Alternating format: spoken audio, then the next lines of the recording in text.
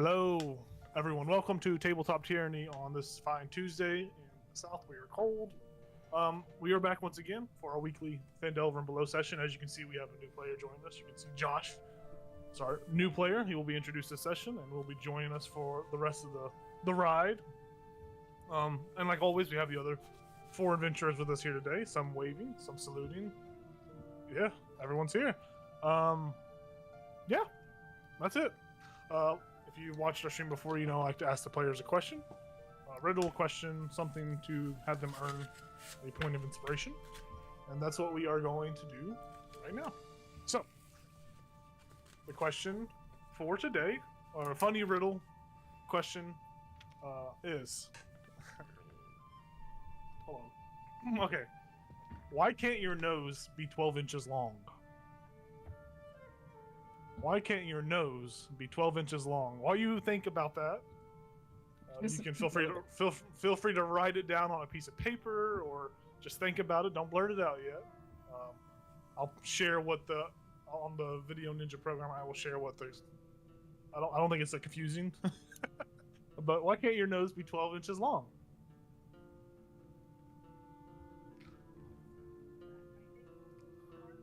The answer may surprise you. Why they think about that? I'm gonna drink some Gatorade. That's our new sponsor for the episode. Yeah, well, technically our new sponsor for today's episode is Hill Country Fair sports drink. Hell yeah. Cherry flavor. I love generic electrolytes. HEB off-brand. I have no idea an answer to this one. Wait, really? It's okay. Time. Wait, you haven't. Time. It's always time. Alright, we're gonna give 10 more Always time. seconds. Wait, 10 more seconds. 9. I wrote down time just to be safe. You wait. guys gotta brush up on your dad jokes. Hold on. I don't have my sticky notes. I have an answer. You Okay, can- well, if you don't have a sticky note, you can just answer it after. We can all just say it out at the same time. So, is everyone ready? Does anyone have some thought or some kind of... I got Yeah. nothing. We're just on TikTok. Hold on. All right. So, why can't your nose be 12 inches long? I'm going to... So those that want to verbally speak it out, wait your turn. Those that have it written down, y'all can show... Whoever has it written down can show what they thought it was. Okay, uh-huh. I don't know what Ethan says, but I'm... Because they're not Pinocchio? Emily's Okay. right. Emily, what'd you write? Oh. Because then... It'd be a it foot. would be a foot. That might be right, that might be wrong. What did everyone else think? Yeah, that's what I had. Okay. I heard it on TikTok. Well, in the spirit of things, Emily's going to get a point of inspiration. If you already have a point of inspiration, feel free to pass it along to another player. I do not, so I'm gonna take it. All right, cool. Very nice. I also wrote time. Was time the answer? No. Damn it. She had it word for word because it would be a foot. All right. Now that's out of the way, we're going to do a bit of a recap from last session. So last session, the party, they started their wilderness expedition to complete the myriad of quests that they were given by the people of Phandelver. The party decided to go talk to the banshee named Agatha first. And on their journey, they ran into a vegetarian owlbear named Ollie. They fought off some sturges, which are aka bat mosquitoes. Pretty underwhelming battle, but you know, they were fighting mosquitoes, so yeah. They, upon arriving to Agatha's lair outside of the ruined town of Connieberry, the party presented the vengeful spirits many precious gifts. Each time they presented her with a gift, she would give some information to a question they were asked. The information that the party learned was the following. They learned the location of Cragmaw Castle. They learned the location of where Vara's friend Babel was, which was also within Cragmaw Castle. They found out what foes lie at Wyvern Tor, which seemed to be some bugbears, an ogre, and an orc. They learned what foes lied, or were what foes waited for them at Owlwell. It seemed to be a bunch of zombies and some sort of mage or wizard or something with some sort of brand on his forehead. And lastly, Vara learned who had gifted her recently recovered scrolls. After getting their answers, they all left the Banshee behind and started the journey to their next location. The party finds themselves setting up a campfire, finishing a long day's journey, and getting ready to rest for tomorrow's adventure. And that's basically where we're going to pick up. You guys have just set up camp. Just got the campfire started. You were kind of thinking about who's going to take what watch. That's what I think we were doing before. That's what we're doing now. Yeah. But that's the scene right now. You guys are setting up a campfire, tired, exhausted from a long day's journey, with eyes set for your other 2 jobs. So, with that, you guys can feel free to interact or decide who wants to go where. When Ethan gets here, I'll fill him in on what happened. All right. I can take first watch. Oh, you want it this time? That's all right. Do you want to hang out with Maggie? She'd be glad if you don't mind cats. Sure, as long as she doesn't like scratch me again. Or She what if scratch you? She scratched me, I think. Are you all right? I think we're gonna run into a lot worse on our adventures than a small cat scratch. Well, yeah, but like, it's an inconvenience. Like, she got me in like this weird spot, so when I turn a certain way now, it like, just like, ow, you know? I could heal you if that make you feel better. No, it's fine. All right. All right then. I hope Ollie comes back. You know, he'd be really helpful against an ogre. Oh man, yeah. That would be wonderful. I mean, I assume he would. I mean, I know he's a vegetarian and all. A vegan. He was vegan, right? Was he vegetarian or vegan? I don't know. He said he was vegetarian. Vegetarian, right. Okay. So he still eats honey. So he has that going for him. Yeah, that'd be great. Just watching a owlbear and an ogre go at it. You know, I don't know. He might actually die to the ogre. I wouldn't want to see that. Yeah. He seems like a little bit of a softie. Yeah, I don't know. I mean, we didn't really antagonize him, so we don't really know what he's capable of outside of his vegetarianism, right? Yeah. Would you like to try and call him? Well, probably not now. Actually, you know what? We were planning on we were planning on going to the bugbears and the ogre, right? First, before the zombies. Wyvern's tour, yeah. I don't want to make too much. Where are we camping? Like just on the off the road? I mean, you guys can. How far? I mean, you can tell me how far off the road you wanted to go. I mean, the area around you, there are some hills to your immediate southeast. There's a large forest to your northwest. Do you have the map up right now? Oh yeah, my bad. You should be able to see it. Beautiful. So we were traveling, what, 5 hexes per day or 4? Yes, 5 hexes per day. 5. Yep. I thought we were further down. No, because you guys had traveled through the city of Connieberry to Agatha's Lair, and you guys have. This is you guys coming back. So those are hills, right? Is this like mountains or desert or what? Those are hills. They're not mountains. Okay. Those are just big, you know. Josh, if you're confused, if you look on your D&D Beyond sheet, there is a little play button at the top of it. It's like it's right next to like a little square and like the little anvil and anchor. If you click that little play button, it'll launch a game and it'll generate a map for you. You should see it if you click it. He's muted. Josh. There you go. Oh.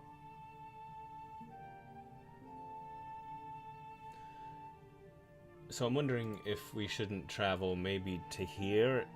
No, how do you ping? Why am I not pinging? There it is. In between those hills. and we're still a little bit away from our destination, but not too far. So that would have been, what, 5, 10, 15, 20? Could we do that? Does that mean we'd have to travel through the night, though, since that's as far as we could have gone? Well, I guess that's what I'm wondering. Like, where we are right now is as far as we could have gone during the day. Is that what it is? Oh, yeah, okay. This is representing the end of your journey. Gotcha. Okay. Basically, you guys travel 24 miles a day. So that's represented by 5 squares because for some reason the squares are 5 miles, but 24 doesn't. Anyways, okay. You guys have traveled. Yeah. I mean, if you guys wanted to, we could have. Well, that would only be 3 squares from Agatha's lair, though, right? Well, this is assuming because you're staying to the road with your oxen and all that. This is assuming that you guys went back on the trail. Now, if you're going to travel off-road, especially through like the forest or like diagonal like that, there are difficulties that can happen. Okay. You could get dysentery. So from where we are right now, can we go down, or do we have to go diagonal first and then over? You would have to go diagonal to the left and then down. Those hills are not traversable with a wagon and all that, with all your provisions and all that. If you guys wanted to, y'all could you guys could park the wagon where you're at and then begin hiking. Mm-hmm. Then you'll run into issues like, I mean, you're obviously going to cover less ground. Yeah. You also run into the issue of having to forage for food or use your own rations or take rations from the wagon, which you guys can definitely do. Right. But well, yeah, I mean, the wagon can't traverse them. If this is where we end up for the night, then I guess that's for the morning. But yeah. And you can say narratively if you're on the left or right. I mean, like near the forest more, near the hills more. I would think near the hills. Yeah. These squares are 5 miles wide, so there's plenty of room for you to set up. Sure. If you're hugging the hills. Perfect. Yeah, I mean, should we try calling him, or do we? I mean, we still have quite a bit to go. I think probably another day, and then we'd have to sleep again before we're even at either location. So. I mean, I would wait, but Yeah, that's what I'm thinking too. But I wonder. Also, how are you? You're just gonna say Ollie or I don't know. Honestly, you have to do like a mating call, but then you could attract other owlbears. Well, I mean, I know his language, right? So I can just, maybe just a loud Ollie. I mean, the closer we get, if I start shouting for Ollie, they may know we're there, right? So if we can attract him now and he just travels with us the rest of the way, we could do that too.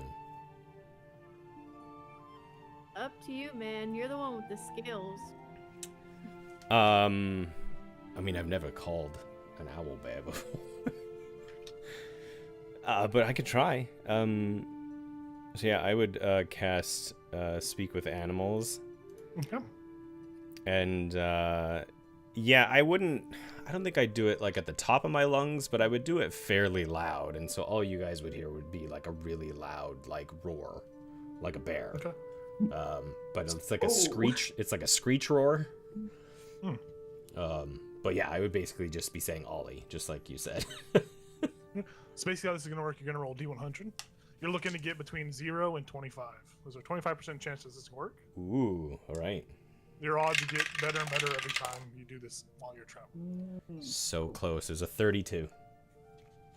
Sadly, you do give a good owlbear impression, good screech, but you probably wait maybe 30 or so minutes, and nothing seems to come at the behest of your wishes. Yeah. All right. I mean, it was worth a shot. I'll take second watch. And I'll just turn to Maggie and say, "You be good. No scratching. No one likes that." And then I'll take third. If nobody's taking it, I'll take third. Like normal. I get the full night again. yeah. Great. As you guys are discussing. As you guys are just discussing your watch turn order, You hear some rustling and rummaging nearby. You hear. Actually, go ahead and roll perception checks for me. Just the 4 around the campfire at the moment. Gather around the campfire. Oh, it's not good. 22. Nice. 13. Okay. 14. Okay. 8.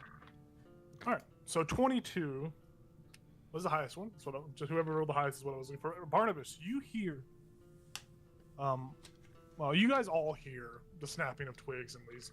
Barnabas, you hear a low guttural growl intermingled with the snapping of twigs and branches. The growl, though, it sounds animal, but there's the way the pitch is turned and tuned, it sounds like there are three animals at the same time making this growl. Like it's a very low, guttural, booming sound that kind of radiates from within whatever this creature is.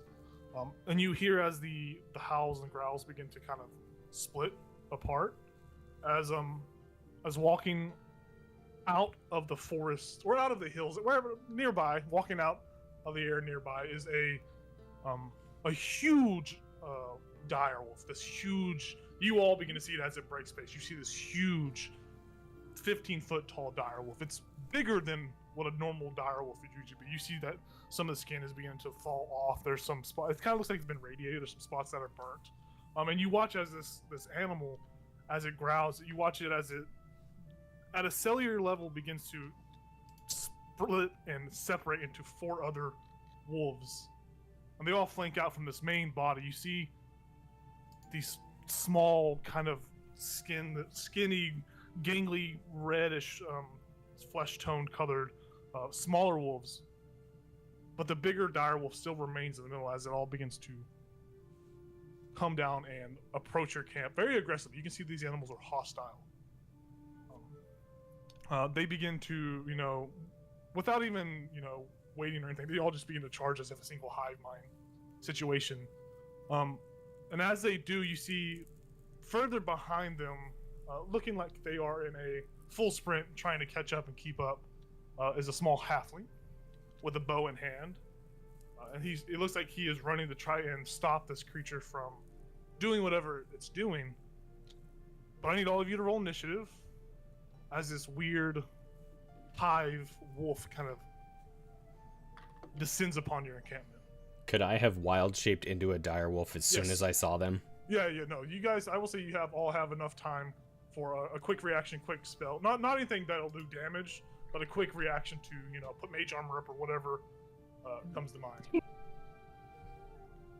Now the map. Everybody, no, I'm just kidding. So now the map is showing a wooded area. But all these animals are the main body is the dire wolf, but these other smaller wolves, or whatever these cellular divisions are, seem to be coming from the same single mass in the middle, and they are coming down upon you. I'm going to change the music because this is a little too friendly. Just a wee bit too friendly.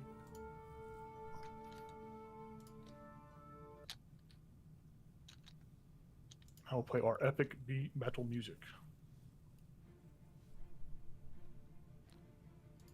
So, what are all of y'all's initiatives? 4. 4. 6. 6. 4. Kelchus, what'd you get? Oh, put your mic closer to your face real quick. What'd you say? You're muted. No, he's talking. It's just very quiet. Terrible. Oh my goodness. It's okay. I said 9, Is it? but You're good now. You're good now. You're good. Which I gotta. Okay, you got a 9? Is that what you said? Yes. Okay, a 9. Perfect. We go over to Rivian. What'd you get? 15. 15. Vara. 17. 17. I'm gonna roll for these other goobers real quick. Perfect.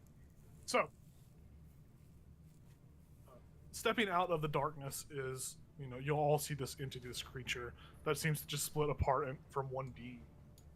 One of these side cellular division wolf-shaped blobs is the first to go, first to react, and it charges straight for the encampment. It just heads straight for the closest. Oh my god, I just moved everybody. It goes for the straight. I can't talk. It runs and charges 5, 10, 15, 20. It's going to run up to Rivian and attempt to bite Rivian.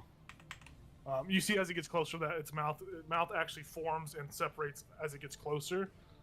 And you see these little, like, dangling flesh bits that just hang inside of the interior of its mouth. Yummy. And it tries to reach down and take a nice little bite. Yummy. We love that. So it was a good roll. It's a 21 to hit. That hits. Okay. I had to think about it. You take 5 points of piercing damage. As it bites down on you, I need you to make a strength saving throw as it attempts to throw you and knock you prone. As this little, like, tentacled, appendages try to wrap around your arm. Okay. I have a -2 in strength. Why would you do this to me, man? Strength saving throw. Come on, roll big. Oh. So, please, a 15. Yeah, it tries to throw you around, but you pull yourself away, and you feel that very disgusting, like, liquid release of a suction cup noise, like pops away from your hand. Yeah, and this thing just looks down at you, and you just see its body ripple, and the flesh around its body just, like, metamorph and morph. Perfect. Vara, you are the first to go with Rivian on deck. Cool.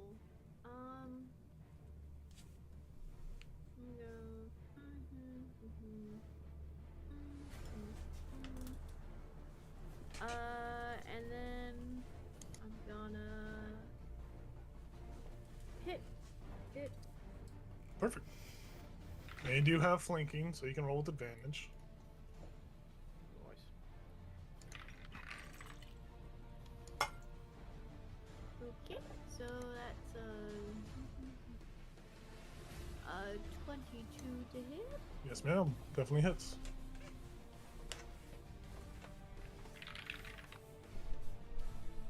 Mm. 8 points of damage. Very nice. Yeah, you punch it, and you feel your fist actually kind of meld within the flesh of this thing as it kind of feels like it's pulling you in deeper. You definitely hit it. You do a lot of damage to it. It's bloody now, and you see that its form is kind of failing to maintain a shape and posture as it just begins to ripple more and more. But your hand is like, it's like a glue trap. You're like stuck in it. You pull yourself away. These things have some sort of sticky quality to them that makes them where they could probably hold on to you for a little bit if they got a hold of you. Okay. And then It's bloody. I will use a focus point to do a Fury of Blows. Go for it.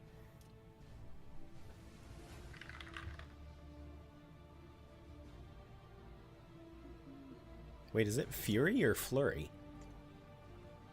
I think it's Flurry of Blows. Oh, Oh, okay. But it sounds cooler. Fury of Blows. This is I was wondering, like, maybe they changed it, or I've been hearing it wrong this whole time. It's a McFlurry of Yeah, yeah.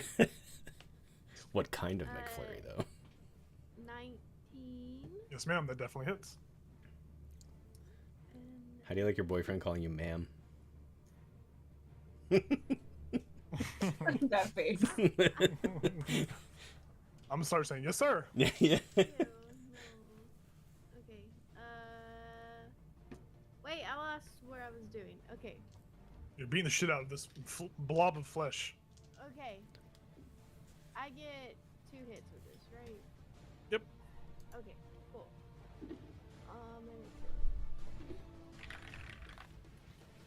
Wow. Okay. 3 points of damage. Yeah, that kills this blob. Oh. So you go to punch this this mound of flesh. And as you do, your fist pierces through it, and you find whatever core, whatever, singular cell, heart, or whatever keeps this creature alive. You find it and you punch through it. And as you do, you feel it just melt and dissolve. And as you come through, you take 1 point of acid damage. Ooh. As it stings and burns your flesh. But it is gone. Okay. You still have the rest of your movement, and you have your other flurry of blow attack. I will hit this thing. Go for it. Or try. Just kidding. I will not hit it. Okay. Okay. That's all I can do. Perfect. Yeah. So, we go over to our next combatant. Rivian, it's your turn. You saw Vara punch this, and as she did, you saw that her flesh began to sizzle with some sort of acidic effect when she killed this creature. It lies in just a puddle of just like oobleck on the ground, just dead.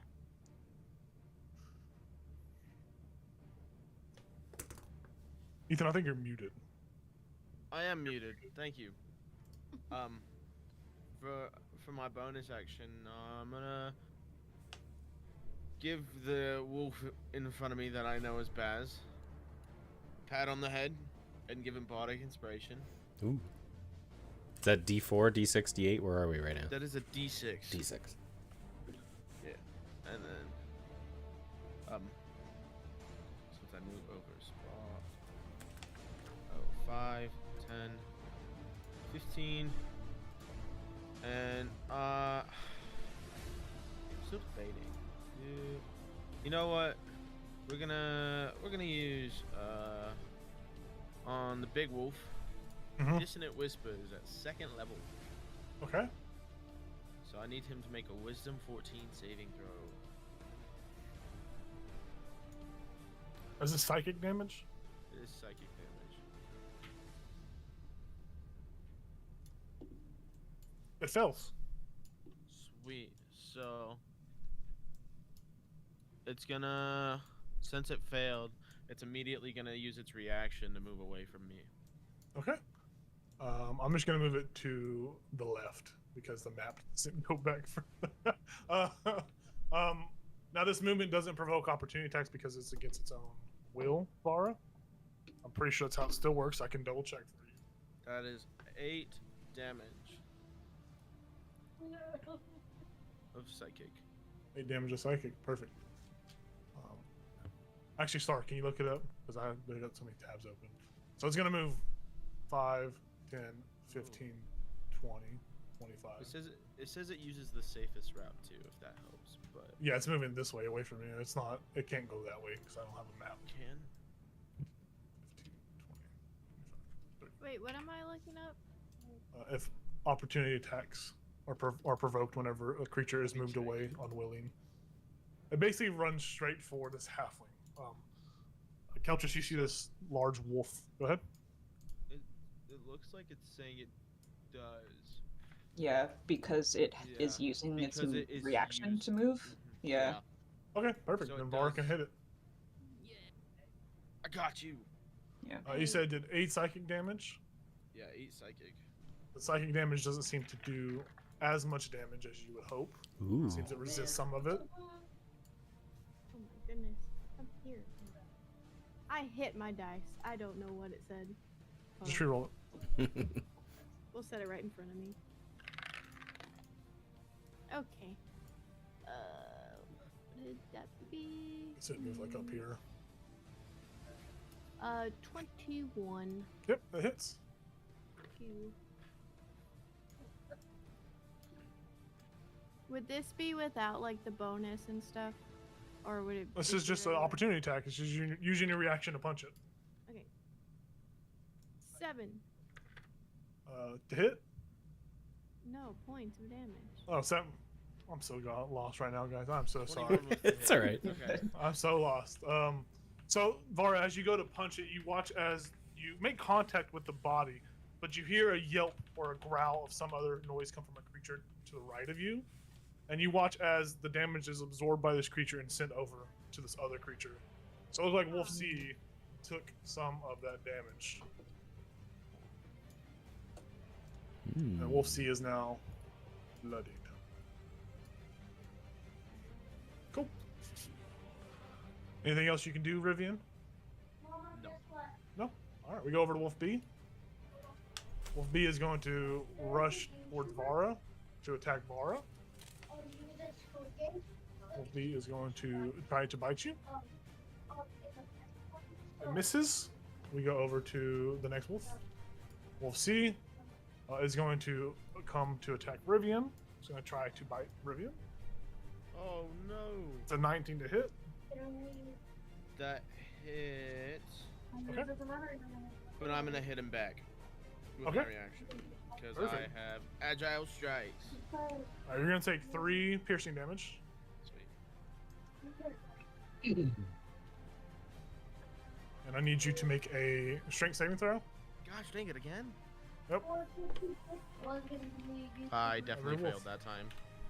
Okay. It's 8. So you are prone. And you can go ahead and make an attack against it. Sweet. So that is.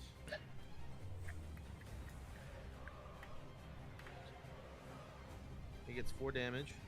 Okay. This one dies as you make contact, and just like you saw with Vara, you take a point of acid damage as your hand begins to burn.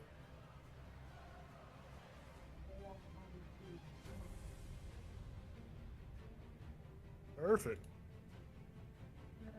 Alright, we go over to Keltrus's turn. Keltrus, you see this giant... Oh my god, what is that drawing?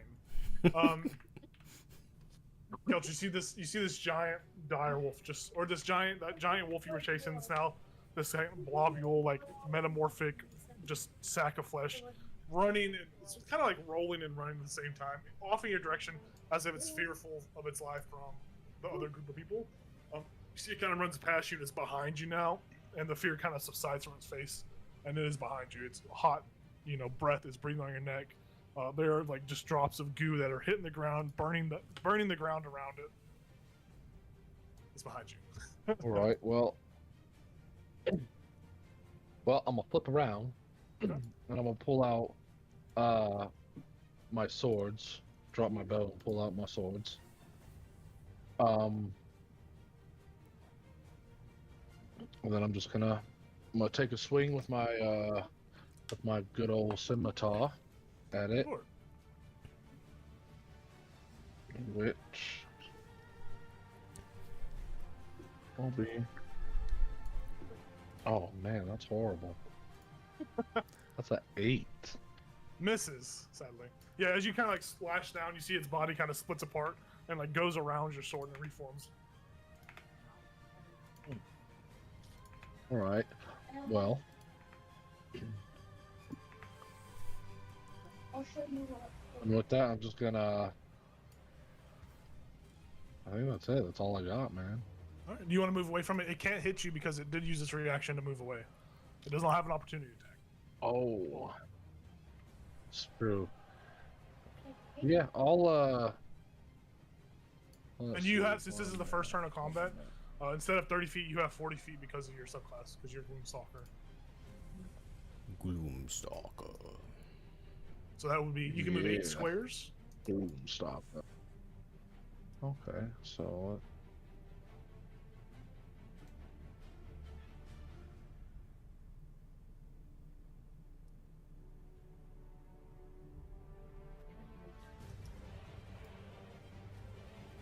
You hear me?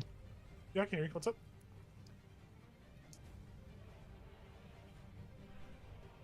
I can't hear you now. Say it one more time.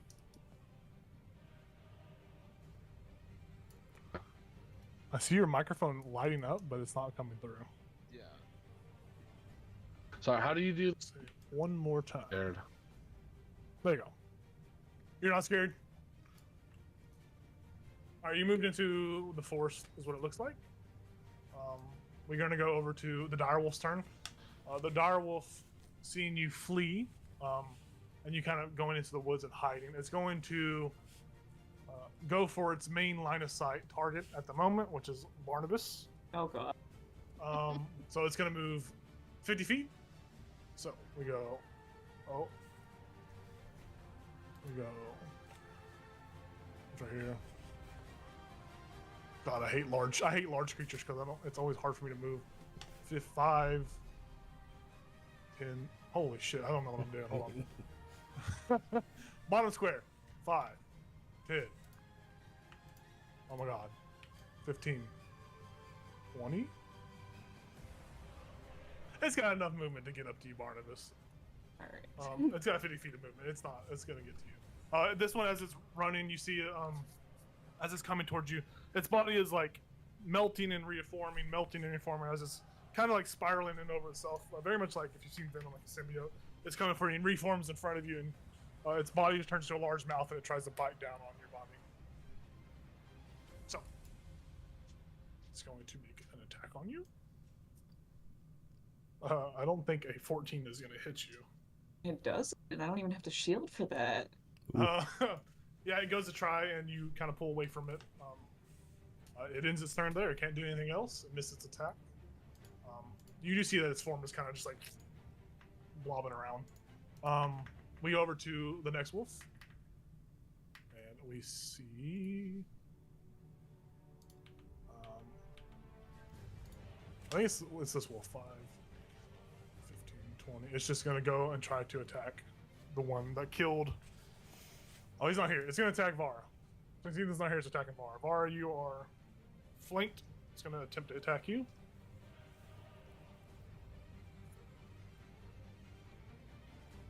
A crit on you. That's so swear. fucking funny. So you're gonna take 8 points of piercing damage, and I need you to make a strength saving throw.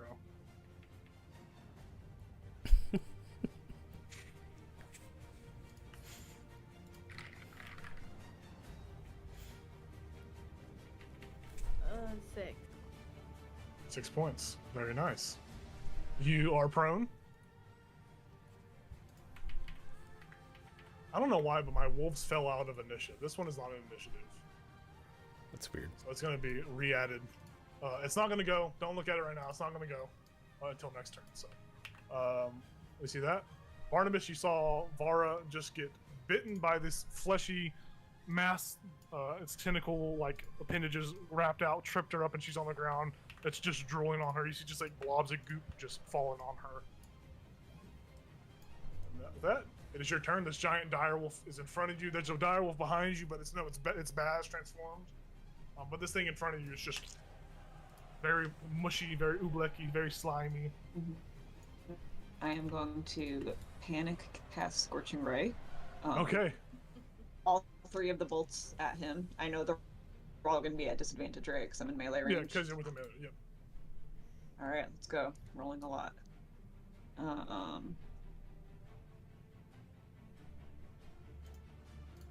Okay, 20. Even with disadvantage, it was a 20 to hit. And 20 hits. Okay, so first one does 11 damage. 11 damage. You see, same way as Vara hitting it with her fist. The magic kind of hits it, and you watch the magic kind of get redirected and fly to a different wolf. And it just absolutely just destroys one of these little fleshy wolves. It just melts it. It just turns to a giant puddle on the ground. And the other 2 bolts were 11 and 12. Do either of those hit? The 11 and 12, they both miss. So. Okay. But you did seem to take one of the secretions down. Cool. Perfect. Do you want to try to move away or anything? It still doesn't have a... Oh, it does have a reaction now because its turn has come. Yeah. So I'll just brace myself to shield if needed. Okay, very nice. We go over to Baz's turn, as that wolf doesn't get to go yet. Baz, you see this goo monster coming at Barnabas. And you just watch as the magic kind of hit the goo monster and just was distributed to a secretion. I am going to run up and attack the dire wolf. All right. And I have pack tactics, so I have advantage. You sure do. You Let's are go. wolf. Oh, what is my bonus? Okay. 21 to hit. Yes, sir. I will definitely hit. So 2d6 plus 3. This is a beast, right? Not a creature. This is neither of those. This is Oh, something else. gotcha. It's a goo Okay. monster. You can make a, if you want, you can make a, I don't know what this would even be, an Arcana check, maybe a Nature check, History check. I think Nature, Arcana, or Survival, and I can tell you what the creature type is at the time. Ooh, not as good. 14. You don't know what this is. Okay. You know that it has animal-like properties, so maybe at one point it was a beast of some sort, but at the moment you don't know what exactly it is. What it is. Okay. Well, that's some terrible rolls. 7 piercing damage. 7 piercing damage. Yes. Perfect. Yeah, very much to the way that everything else is being happened. You go to bite down, and you watch as the part of flesh you bite down on is quickly expelled, thrown at this wolf nearby, and the wolf nearby throws another piece of flesh towards it. It looks like it just swapped damage, and you watch as this wolf over here becomes bloody. Okay. Damaged. And I think that's it for me. 1 second. Yes. I will stand there and I will just growl, and there's some drool coming from my mouth. Yeah, you do it, and you watch as its form takes up what your form looks like. Looking like a perfect replica of you as it begins to mimic your action. Ooh. All right. Very yes. Mara, you are prone, and there is one of these little fleshy goo monsters kind of just dribbling on you. Just this nasty little like slime, like you're getting Nickelodeon slimed right now. It's just not pleasant. I will get up. And I'm gonna hit this stupid slime thing. For sure.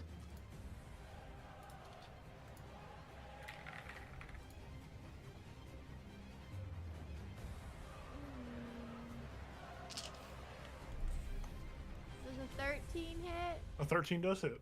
Yes.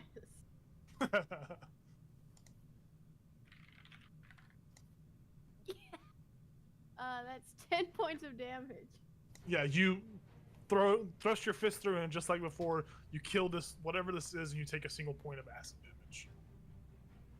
Oh, just so you know, it's my quarterstaff. This is just from you. Just it just Okay. explodes on you. You still take a single point of acid damage. Unless you would like to have the weapon become degraded, which means it would start to melt away slowly. No, thank You're not as you. effective. I was. Okay. You said Okay. I was using my fist. I was not. I was using my quarterstaff. Sorry, my bad. Okay. Now. Oh, where'd I go? I killed you. I don't know why, but I'm just off my game tonight, man. My action real quick. There you go. All right. I still have half my movement, so. Yeah. There you go. Just use full movement. Perfect. And I'm gonna use another focus point Perfect. and use flurry of blows. Okay. Okay.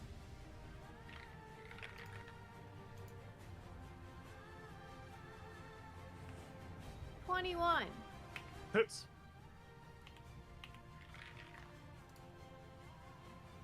Three points of damage.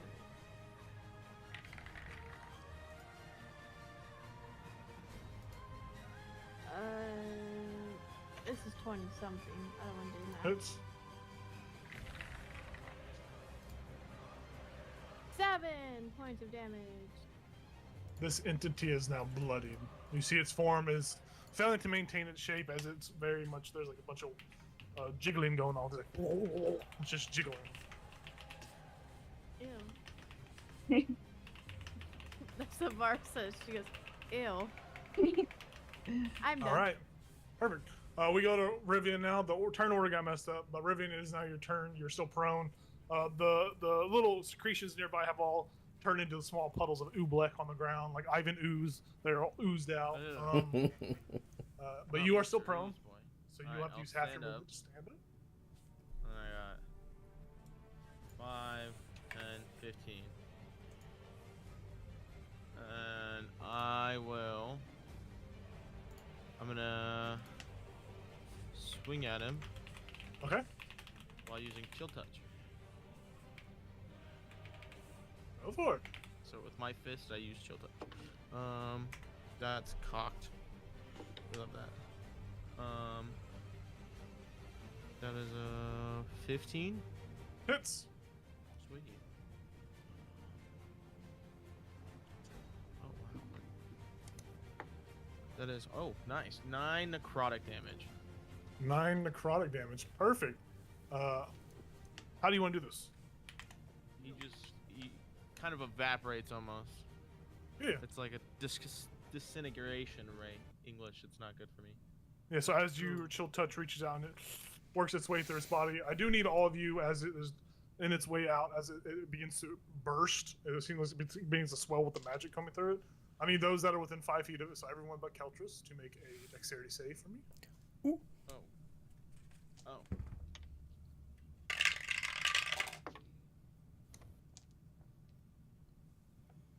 Wow. Seven. Oh, that's 17. not good. Emily, you're safe. Dex. 7. All right. I'm gonna silvery barbs, Craig. Okay, yeah. So re-roll your die. Baz, re-roll your die. And then I give advantage to start. I don't know. Wait, can you silvery barbs? Yeah. I thought it was only if somebody succeeds. If it's I have to look. I don't think it's Let's read the spell. Let's redo it. So you're magically You distracted. said deck save, right? Turn it Yeah. Yes, ma'am. momentarily for another creature triggering. So you can choose a different creature. Well, the casting time is what you take when a creature succeeds on a roll. Yeah, you're right. Damn. Then never Yeah, mind. sorry, because there's Cannot. definitely times with Fiska that I wanted to do that exact same thing. So Damn, that's never the only reason mind. why You I don't know. get advantage. Sorry. Okay, so All 7. right, so Baz fails his. Vara, you're just basic roll, no advantage because he can't silvery barbs for you. 21. You're safe. And Rivian, what'd you get? 9. You fail as well. So Baz and Rivian, you take 1 point of acid damage. Oh no! No. I rolled a d12 and I rolled a 1. So, yeah. With that, this thing evaporates, it sizzles away, and you just watch it like poof, out of existence. Whatever this entity, whatever this secretion, whatever this thing was, is not normal. Definitely isn't anything that you've seen before. But it now lays dead, partially evaporated, partially puddled at your feet. Combat ends, and you're all back around one another. Keltris, you're still in the woods, but you have seen this action happen. They all saw you as you were in close combat with the dire wolf, the whatever that creature was. And yeah. Would Keltris be confused seeing another direwolf still on the battlefield? Yes, I think there would be some. Yeah, I think Keltris, you would see this other direwolf, but you see that this direwolf is normal. He's not... Actually, I would be sitting on my hind, just panting, and kind of smiling like dogs do. Yeah. And everybody seems calm around him. Yeah, he doesn't look like this gooey, ooey, whatever the fuck that just was kind of creation. This looks like a normal direwolf, and everyone seems very confident and relaxed near it. I'm gonna go and scratch him behind his ear. I was literally thinking that. I'll do the same. I'll scratch the other ear. Yeah, the leg starts doing it. Alright, well, I'll make my way to the group.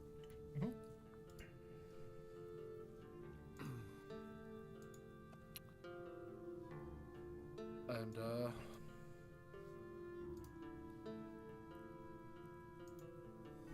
I'll ask him, you guys wouldn't happen to know Sildar Hallwinter, would you? What's it to you? Well, he sent me out this way looking for a group of people. Because I'm looking for someone named Spider, and he said a group of people was headed this way also. Looking for a person named Spider.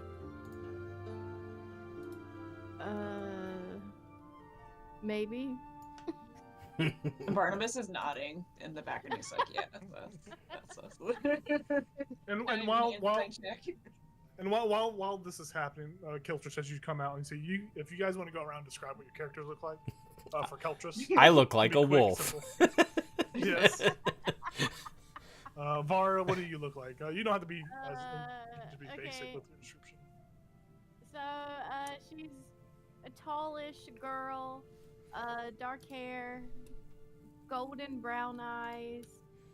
You look a little closely, they might seem to shine a little. She is draped in jewelry galore. Very much like homemade jewelry. It's like macaroni. She probably does have a macaroni bracelet. Yeah.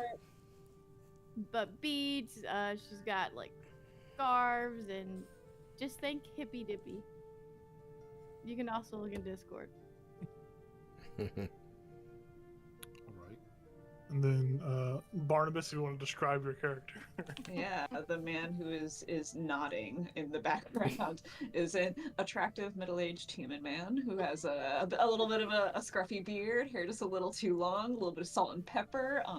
He's wearing a really cozy-looking patterned cardigan and loose pants, and has like a big ratty messenger bag with now multiple books in it, and he is wearing sandals. Yep. And then Rivian, if you would like to describe your character. Muted.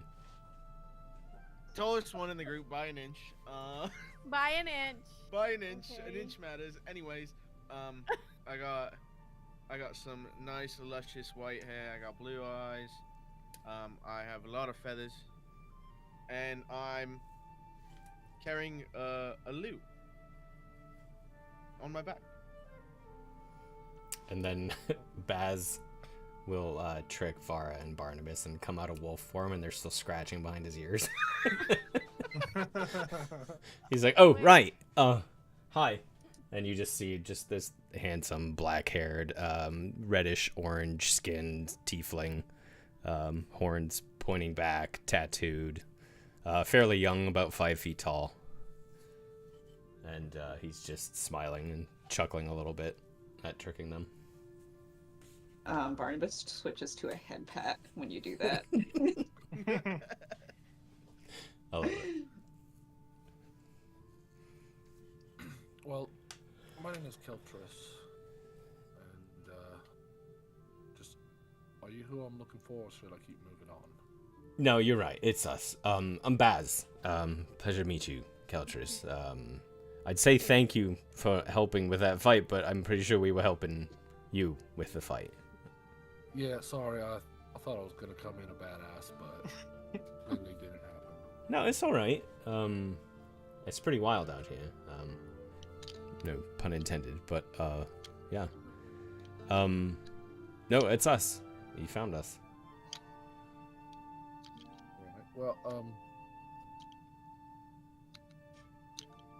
do you mind if I maybe join you guys till we find this spider guy? Please, the more the merrier. My God.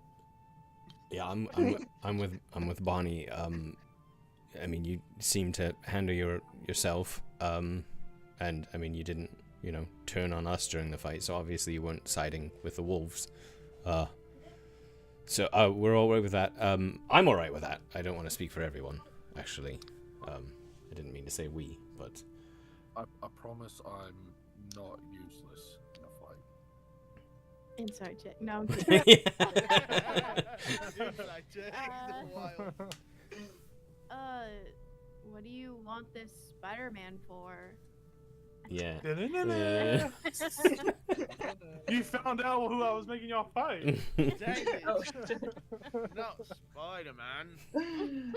Spider-Man. Well,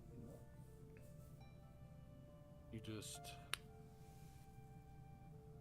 have some information on someone who went missing that I'm looking for. Oh. Well, I think we're trying to take him out. Not to dinner. No. I mean, if he's, easy to work with, if he, gives us what we want, we can take him to dinner, I don't think that's what's about. I to mean, happen he yet. literally has Gundren, so I can't remember if we're trying to get information from him or we're trying to kill him. We want Gundren because Gundren found Wave Echo. I know we Wait, want okay, Cameron. Gundren, but I know he's with this spider dude. The only thing you really know about Spider is that the Spider has seemingly have it out for you, have a hit out on you. You don't really know much about the Spider or his motivations, besides that he wants you guys dead, and he has potentially Gundren, and who knows. He wants to kill us, so we are gonna kill him. Okay, yeah, I stick by my statement. Yeah, so that might be a problem. Well, I mean, Sildo told me that he took someone named Gundam. Now I can help get him back. I just at least want the information the Spider has. Okay. If plan doesn't go to, plan, are you okay with us? Yeah, what he said. Off with the mate's head, Yeah. One clean swipe. Because if we're honest, things never go to plan. So, Well, let's hope it does. okay. Then I don't care. Welcome to whatever this is. I mean, we don't really have a name or anything. We're just, Here. yeah. Actually, you should probably know, I assume we probably wandered over to the fire. We're probably, sitting Yeah, down you and guys stuff are now. all. Yeah. You probably would have maybe moved fire away from because these goo puddles are kind of still stacked. Yeah. Just and it's very strange and alien the way that they're perfectly symmetrical circles on the ground. Could I I... do kind of want to inspect. That's what I was gonna say. Could I kneel down you next can to go the big old direwolf and see if I can tell what this goo is? How are you? What are you? Describe to me how your investigation process is going. Are you Well, dipping your fingers in and putting it in your Yeah, mouth, I or- think I would realize that when it perished, its goo burned me, so I probably wouldn't touch it again. Okay. But I would get as close as possible just to is it dark or is it still a little bit of light out? I mean, the moonlight isn't a full moon, or is it? There's a little bit of light, and the campfire is throwing some shades of light, so you do see that. It's like a purplish colored liquid. Yeah. You do see what looks to be. It's a perfectly symmetrical circle. It's the most perfect circle one could ever hope to draw or see in life. You do see little tiny chunks of what look to be some sort of ground up. Something's been ground up and turned into fine perfect cube shaped, very microscopic cubes within the puddle. So everything is symmetrical. The circle's symmetrical, and these little tiny cubes that kind of just you barely see just float on top of the pool of water, and the cubes are they're spiraling towards the center of the circle. Weird. I'm going to use Mage Hand to try and pick out a cube. Yeah, and Go ahead. I was just gonna say, could I roll an Arcana to see if I could figure out what this goo or? Yeah, you can definitely try. Okay. Mage Hand pulls out a cube, and there's some elasticity between the cube and the circle on the ground. Like the mage hand actually has to like struggle and lift it up, but it makes a little sound as it lets go of this very tiny cube. It's like a pea-sized cube. It's very tiny, very very cubic. It looks to be some sort of fleshy material, like a meat. So with guidance, I rolled a 28. 28. This goo, this liquid, it doesn't look to be anything natural occurring. You've never seen this before. You wholeheartedly believe that this is otherworldly, from something from a different plane of existence, or something of that nature. It's 28's high, and that's the only reason I'm giving you this information, that it's otherworldly alien. But when your experience, you don't know exactly what it is. You just know you've never seen it naturally occurring in nature, and you've never seen anything like that before. Right. You've never seen wolves or any kind of gooey ooey stuff like that. Yeah. Baz would just say, does anyone have like a vial, something we could try to take some of this in anyway? I mean, it might burn the glass, but maybe Sildar will know once we get back, or someone in town. I would probably have an empty potion of healing. Mm-hmm. Yeah, all right. I have a bottle from a potion of healing I used. No, I'll just say, why don't you have your mage hand scoop some of that up so we don't get burned? I will do that. Or your hand. I wouldn't say mage hand, because I don't think I know what a mage hand is. I'd be like, that's neat. It's Use just that. like a shimmering hand. Yeah. I'll grab it. I'll make sure I get a couple cubes in there. Yeah. You scoop it up, and it does a thing where it kind of overflows the tube, the potion a little bit, and then it all kind of sucks back inside of it and forms a unified, solid-looking, perfectly symmetrical. Like, it resizes to the shape, and it's like a perfectly symmetrical circle that's just free spinning inside of it. Cool. Yeah, it's interesting. pretty cool. And there are little bits of tiny cubes in it that are just like floating around the circle. I am going to, one last thing, I am going to, because Rosie will still be there, because she didn't, I brought her back. I'm going to feed her a cube and ask her what she thinks. I love that. Yeah, you feed your spider a cube of this meat. She died. What does a spider sound like? The spider, Like she chitters. doesn't have a voice, like, so, like, either be like shrug or like, you know, something to see if it's good. yeah, she eats it, and she like rubs her tummy. Like, Oh, I think she likes it. We'll say that. And Baz is just like, I'm not convinced we should eat it, though. I mean, this is, a fey, spectral creature, your spider, and my cat. Like, kind of is that what it is? kind of a different. There's a moment that goes by, and about a minute, you just hear as your spider just explodes. Oh! Fair. All right. Well, I guess I'll start making another one. I mean, now we know, right? I kind of feel like, with the wolves and the duplicating of wolves, we have to keep an eye out for more of your spider overnight. Like, I don't know. Maybe it exploded into. Does it like vanish when it explodes, or did it actually explode into? Okay. Yeah, it just. Oh, okay. Oh, she's such a trooper. I love her. Can we just please agree that none of us are gonna try to eat that?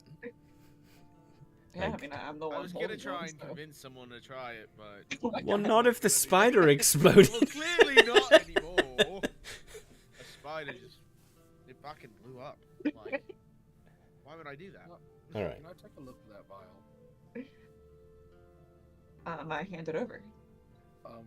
Because I'm a gloom stalker, Mhm. does it look anything like, I get my powers from the Shadowfell or whatever? Mhm. Can I look like anything from there? I will say you can make a history check to kind of recall past events. So go ahead and roll a history check for me.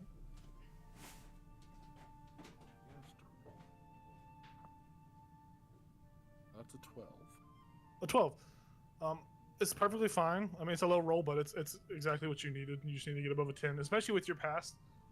This liquid, this very perfect symmetrical circle, this liquid, it looks very much like the portal that Annalise went through. Like it's got that same makeup. Like it's got the same perfect symmetrical. It's the same color, the same purplish color. It's got qualities to your past experience. Okay.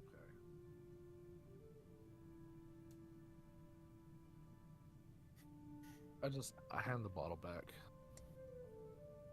And I You just, find anything interesting about it?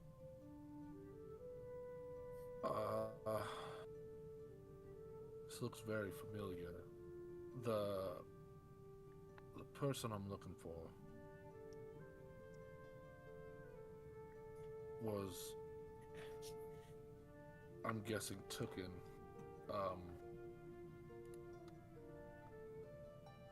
fell through a portal of some kind. And this liquid looks very similar to it. And my thought is whoever, I don't know, created these beasts, they're the ones I'm looking for.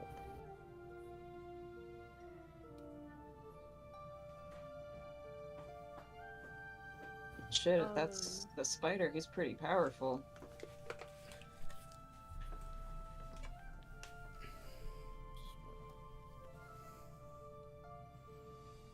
Find out when we find him, huh? So this person you're looking for, do you mind if I ask who it is? Her name is Anasil.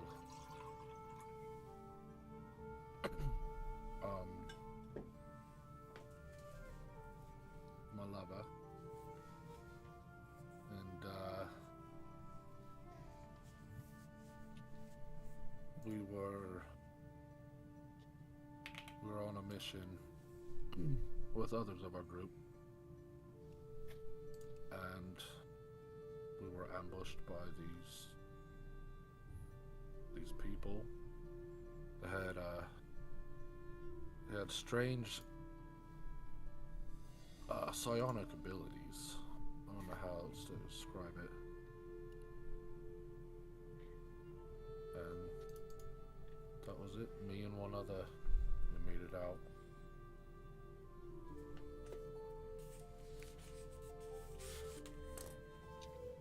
Just gonna get her back. So long.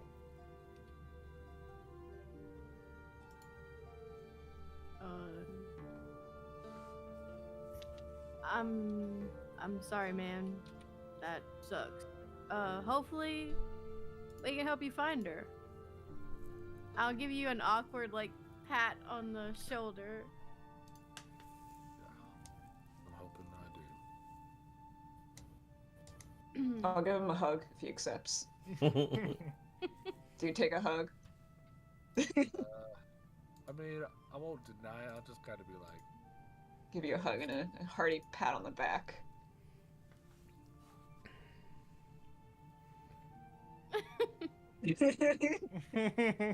like, not denying it because I'm like lost in thought. It's definitely not a reciprocated hug, Barnabas. You feel That's it's a little okay. awkward. He's depressed. He just doesn't know yet that he needs this. So I gave him a good hug, a good solid hug. Yeah. Baz is just taking a moment to just watch how everyone reacts to a new person to the group, and just watching how Keltris reacts to all of these new people in his life. I'll look at the depressed halfling, and I'll whip out of my pocket, and I'll go, "Here, mate, you're gonna need this more than me," and I'll hand him a brownie. Yes! Whether you choose to eat it is up to you. Love well, you kinda for still- this. Let me see. It's chocolate. It's very it's good. a chocolate brownie. Well, They're really kinda- yummy. So good. My Cool. grandma makes them all the time. Well, kind of still lost in thought. Mhm. He just kind of like unconsciously take it and be like, oh, thanks. Take a bite. Yeah, Let's it's good. go. It He's like tastes. half the size of us, right? Is he gonna be okay? Yeah, it tastes really good. There is a taste of something foreign, not in a bad way. You can obviously tell that this brownie has been enhanced for a more, My grandma says spiritual reasonings. As a halfling, I mean, you took a, probably a smaller bite, but it's still enough for you to feel this wave of like, I mean, you tell me how you would think your halfling character would react to taking their first bite of a pot brownie, the first ever pot brownie bite. Yeah, definitely my first one ever. I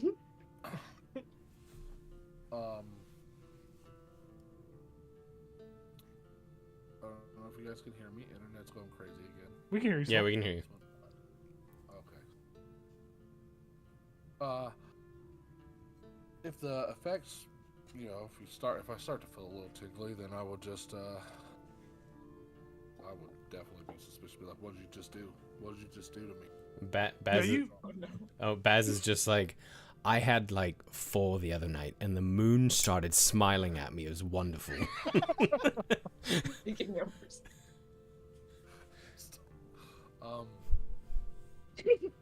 Question, DM. Yes. Since this is my first pop brownie, and the thing I was provided to basically track them. Yes. Would I know? Yeah, after you take the bite and you feel this kind of tingliness rising, the thought comes to you quick that that this is probably laced with a portion of the plant that Sildar gave you to find the group. And that thought process kicks in. You're like, oh yeah, this is a pot brownie. He knew I was gonna have some. Oh gosh. Yeah. Love the idea of a halfling ranger like walking around with a pot leaf to track somebody but not knowing what it is. Yeah. Oh man. Yeah. I don't know what happened to my camera, but It's okay. We can still hear you. Yeah. well, that's good. Yeah. And Baz will just add, Something's going crazy, cutting everything out. Baz will just add, the craziest part is the moon wasn't actually in the sky that night. Oh my And god. somehow it was smiling at me. Baz, are you okay? I'm alright right now. I mean, that night was... I'm That telling night's you. just gonna live on forever, huh? Magical. They're magical. Well, I mean, That's why I'm always loaded with it. Magical is a good word. However, I partook early on in our adventures, and then we ended up in a fight, and it didn't go very well. So I do suggest not doing this. I mean, we could be ambushed at any time, but probably don't do it during the day when we need to be, very vigilant. Oh man, I was during that. Unless fight, you're I Vara. was Totally. Unless you're Vara, you have to build up a tolerance. I might have taken a hit early in the day. Rivian's Yeah. like, I got fucked up in the middle of the fight. That's the whole point. Oh man. Anyways, if you ever need more, I always have some. Hey, Vara, can I get one? Yeah, Just of gave course, mine away. man. Wait, Vara, if you run out, can you make them on the road, over the fire? Yeah, I brought a whole stock of my grandma's plants, just in case we run out. Oh, yeah, I don't. I'm not gonna take any more bites. I'm just gonna kind of I'm sitting on the ground. I'll kind of just set it down. It's got hazelnut, and I want to make a persuasion check. I'm trying to convince him to eat it. Yeah. I mean, Peer you pressure. Can try to persuade him, yeah, if you want. Oh wow, that's a 26. Well, I mean, I roll. you could just, you can roll. this is just this whole this is the peer pressure thing that's not happening, but this whole thing is for him to persuade you that there is hazelnut in it. Whether you take a bite of this or not is up to you. But there is hazelnut. You do believe that there is hazelnut. You entirely believe that hazelnut may be the thing that makes this was in the special. recipe. Yes. Also, you'll sleep so good. Yeah, I'd rather. Yeah, come on, guys. If he's not comfortable, like, All right, man. Like this feeling. I'll just take that and I'll take the brownie.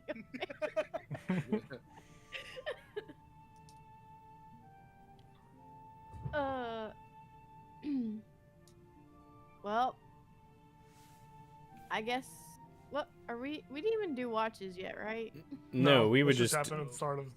yeah, we were just discussing them, and then Keltrus and the wolves came. So, Well, I will still take first watch. you know what, Vara? I'll actually join you on the first one. Cool. If someone wants to take second. oh shit, I got it. I mean, great. Yeah, Barney, I don't think you've taken a watch yet on Yeah, this I don't think- you know- adventure. Wait, he No, I took took one. fun last with- night. Oh, you did. Oh, that's true. That's Yeah, true. we Yeah. had fun. We had a great time together. That's you know, right, it's- that's I- right. He I did usually have to- 2 yeah. push-ups. Yeah, it was. Great. Whew, I'm Oh, still wow. feeling That's it. impressive. That is Right. impressive. Yeah. Thank you. It's the whole Oh my reason. God. Whole reason Barnabas couldn't hit the mosquitoes. Uh-huh. We're working on them. Mm-hmm. I'm gonna take third. Still. I don't think that's gonna change. So. Keltrus, do you want to join any of them on their watches, or do you want to Yeah, just sleep through the night? I'll definitely take a watch. New people. Okay. You know, got my brownie buzz going on. I'll So- go to sleep. So far, the first watch is going to be Vara and Baz. Second watch is just Barnabas by himself, and the third watch is Rivian. If you want, you choose whoever to go with. I'll go with Barnabas because you know the elf didn't rub me, so I don't. Yeah, for sure. Perfect. Well, if that is the case, we will start our. You guys are kind of all coming down from the experience of the fight, seeing whatever otherworldly, whatever gooey thing that was. You know, you'll find rest, except for Baz and Vara. You guys are on watch, sitting around the campfire. If you would like to make perception checks, Sure. and then if you would like to roleplay or talk amongst yourself for a little bit, feel free to, but you do not have to. Perception. 21 for perception. Good. 17. Okay. And I'll just say to Vara, I know I was gonna have. I'm Irish now. Apparently, I've done it. I can't get back to British now. I was gonna have you spend time with Maggie, but I mean, we both can. But I want to see something. I want to see if she can do, if this Maggie can do what the old Maggie could do, and I'll pull out like a small ration, like a little piece of meat. Mhm. And I'll try to get her to do tricks like backflips and like dancing like on her hind legs, and I don't know if Yeah. I decide that, or did DM like does she do it? You can roll a performance check Okay. for her. All right. Oh, I don't have charisma. 11. Here. I 11? was gonna try to help you, but here, try like this. For the most part, Maggie does do decently well. You know, she's not. This isn't something she's used to doing, but she is able to follow along, and she like is in a playful mood, and she's listening to your commands, and she's trying her best. And sometimes she's failing, sometimes she's nailing them. So there's a little bit of success, a little bit of failure, but she is optimistic. Yeah. She's still snarky though about it. Yeah. She talks to you in your head. We'll work on it. It's a work in progress. That's pretty cool. It's- My horse can barely jump over anything. I mean, did you ever try to train it? No. We mostly just rode places really fast. I mean, that's pretty great too. I can't do that with a cat. I can't hop on my cat's back. It's small. That'd be cool if you can make her bigger. I mean, I could, And but then- not big enough. Well, then you can make yourself smaller. Oh. Can you cast enlarge reduce like twice? Like enlarge the cat, reduce myself? I think it's a concentration spell. Oh, it is. You're right. That would be pretty funny Yeah. though.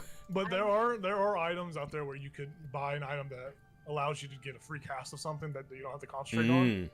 So if you had that, you might be able to do something like that. Yeah, that'd be pretty fun. I knew this guy named Milo. He would do that. Milo. That's a good Character name. just dies in-game. Strong. It's a strong name.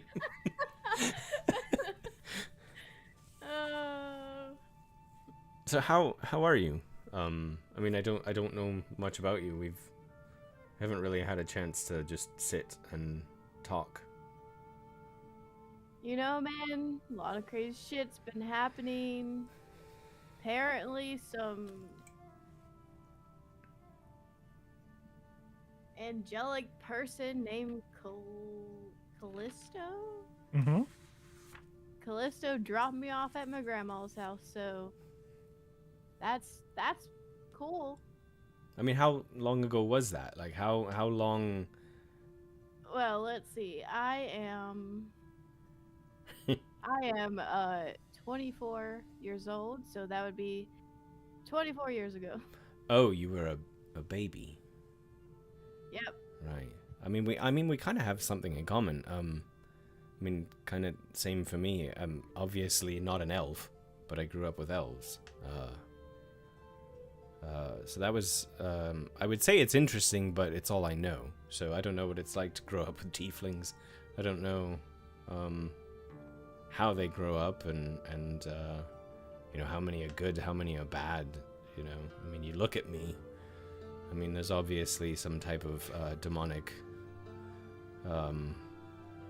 presence, you know, in my blood, in my somewhere deep down. So, I mean, the extent I know about demons and stuff like that is they're not great. So, you know, that can do a number on your psyche. I mean, I don't think, no. I've never personally met a tiefling. So, I stick my hand out to shake your hand. I'm like, hi, Okay. Baz. Okay. All right, smartass. I'm in before you. Right, no, I know. But, I mean, I'm just making it official. Now you've met a tiefling. Okay. But I honestly, just like kind of like the goblins, like not all goblins are bad. So you Right. never know. It could just be based on the person, not because you come from a demon. You know. Well, I mean, to be fair, the reason I left home was because I'm not all good. I don't know what parts of me are bad, but I had to leave. I was kind of forced out. So I like to think I'm a good person, and thus far, that's all you've really seen. But I don't know. I don't know what could happen.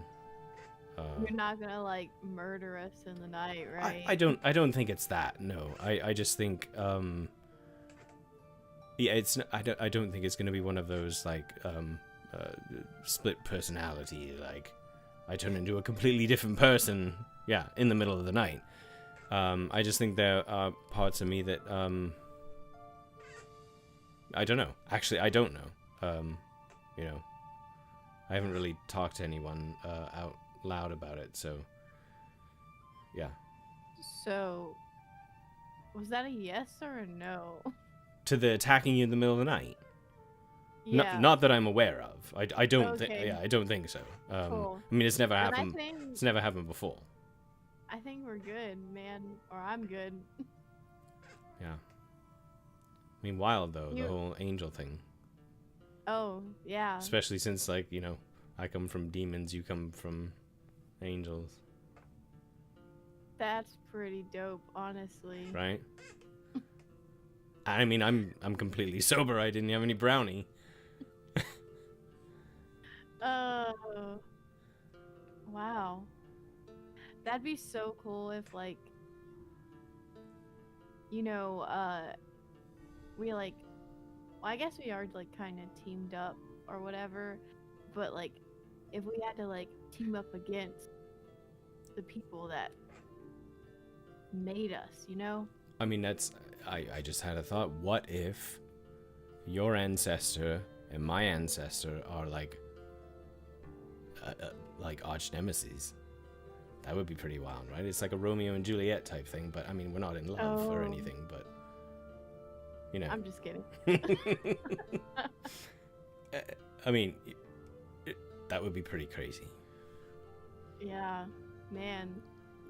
Lots to think about, though. But I mean, this, my whole, demon thing, it's something I've known for a long time. Your whole angel thing, you've known for a very short time, so that's got to be a lot to process. I mean, I know the brownies probably help you slow down and Yeah, they're doing something. I don't know, man. It's crazy to think. I spent my whole life with halflings and then, a few humans. The only really exotic person I've met is a drow that lives in the town, so not That's- many people like him, but I think he's cool. that's pretty exotic, though. I mean, that's the first drow I've ever met. Oh, really? Yeah, Wow. I mean, I grew up with elves, and it wasn't long ago that I set off and, met all of you not long after, and, yeah. It's interesting being a tiefling amongst a bunch of elves because, they all look at you side-eye, save for the two that, brought me in and raised me, and, they never judged me the way that the other elves did, and I left someone behind that I didn't want to leave behind, but her parents didn't look kindly upon me, so Like a girlfriend? yeah. Oh. Sorry, that was Star, not me. Oh. Yeah, Oh. her name was Alara. We had a lot. kind of the same type of bond and connection with nature and animals, and it was really the only other person other than my adoptive parents that saw me as something like not as a tiefling, right? Saw me as something a little deeper. So Do you think she'll come try looking for you, or oh, I hope not. is that something you... Oh. I mean, sorry. Yes, I would love that, but I hope not for her sake. Especially with what we've run into already. It's really safe where I come from, as far as I experienced. And it's not that she wouldn't be capable.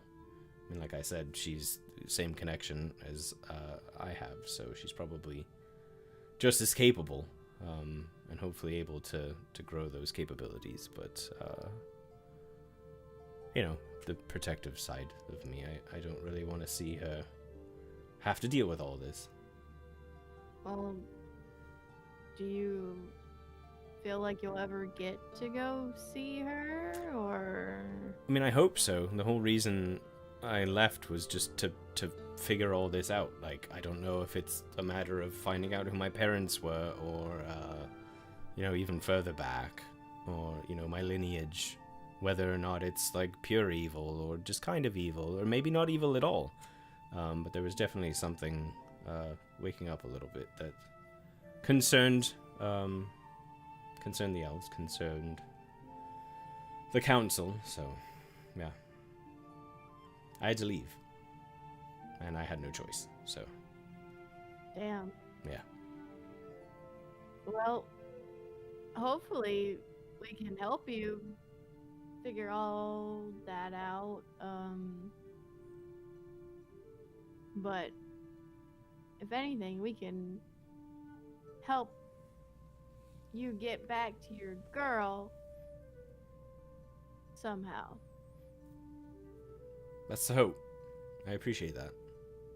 And I mean, likewise, I know this is all new to you, your own ancestry, but I'm actually really excited to find out more about your ancestry, like equally as my own, because that's fascinating.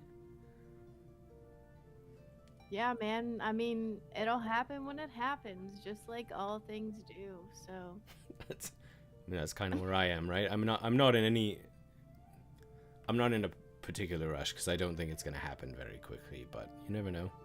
Sometimes things fall in your lap, sometimes you have to find them yourself, so maybe a little bit of both. It'd be so crazy if an angel just fell from the sky and was like, I'm your mom or dad or whatever. I mean, You say that and you look up and you see a shooting star yeah, I love flying it. through the sky. Whoa. I can't decide if I should like eat brownies or not for something like that. Like, do I want to be sober, or I don't know. You know what, man?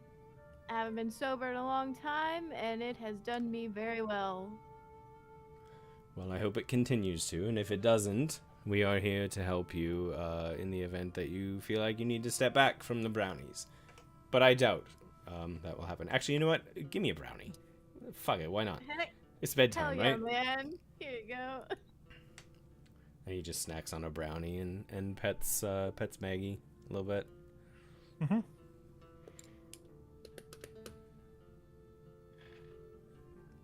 I think that's it. Yeah. You guys watch as you get done talking and you begin to observe more. You do hear the sound of something. You hear the. Ugh. Yeah. Coming from where all the ooze was. Yeah, it seems like, and you kind of go there and investigate. It looks like the smaller puddles of ooze have slowly begin to move across the ground towards the bigger pool of ooze. Shit. Should we try to? And they all are still in their perfect circles as they're moving. Should we try to burn it or something? I don't know. I don't like this. I feel like it's gonna like come back to its full form, and we're gonna deal with this again. Yeah, I can't shoot fire out of my hands. I will cast Moonbeam on the main pile of ooze. Yeah. Let me read Moonbeam. Let me see what the beam of moon looks like. The Moonbeam. Oh, can I light a torch? I don't know if that'll do anything. I mean, you can do both. Try. Yeah. It's radiant, 2d10 radiant damage. Okay.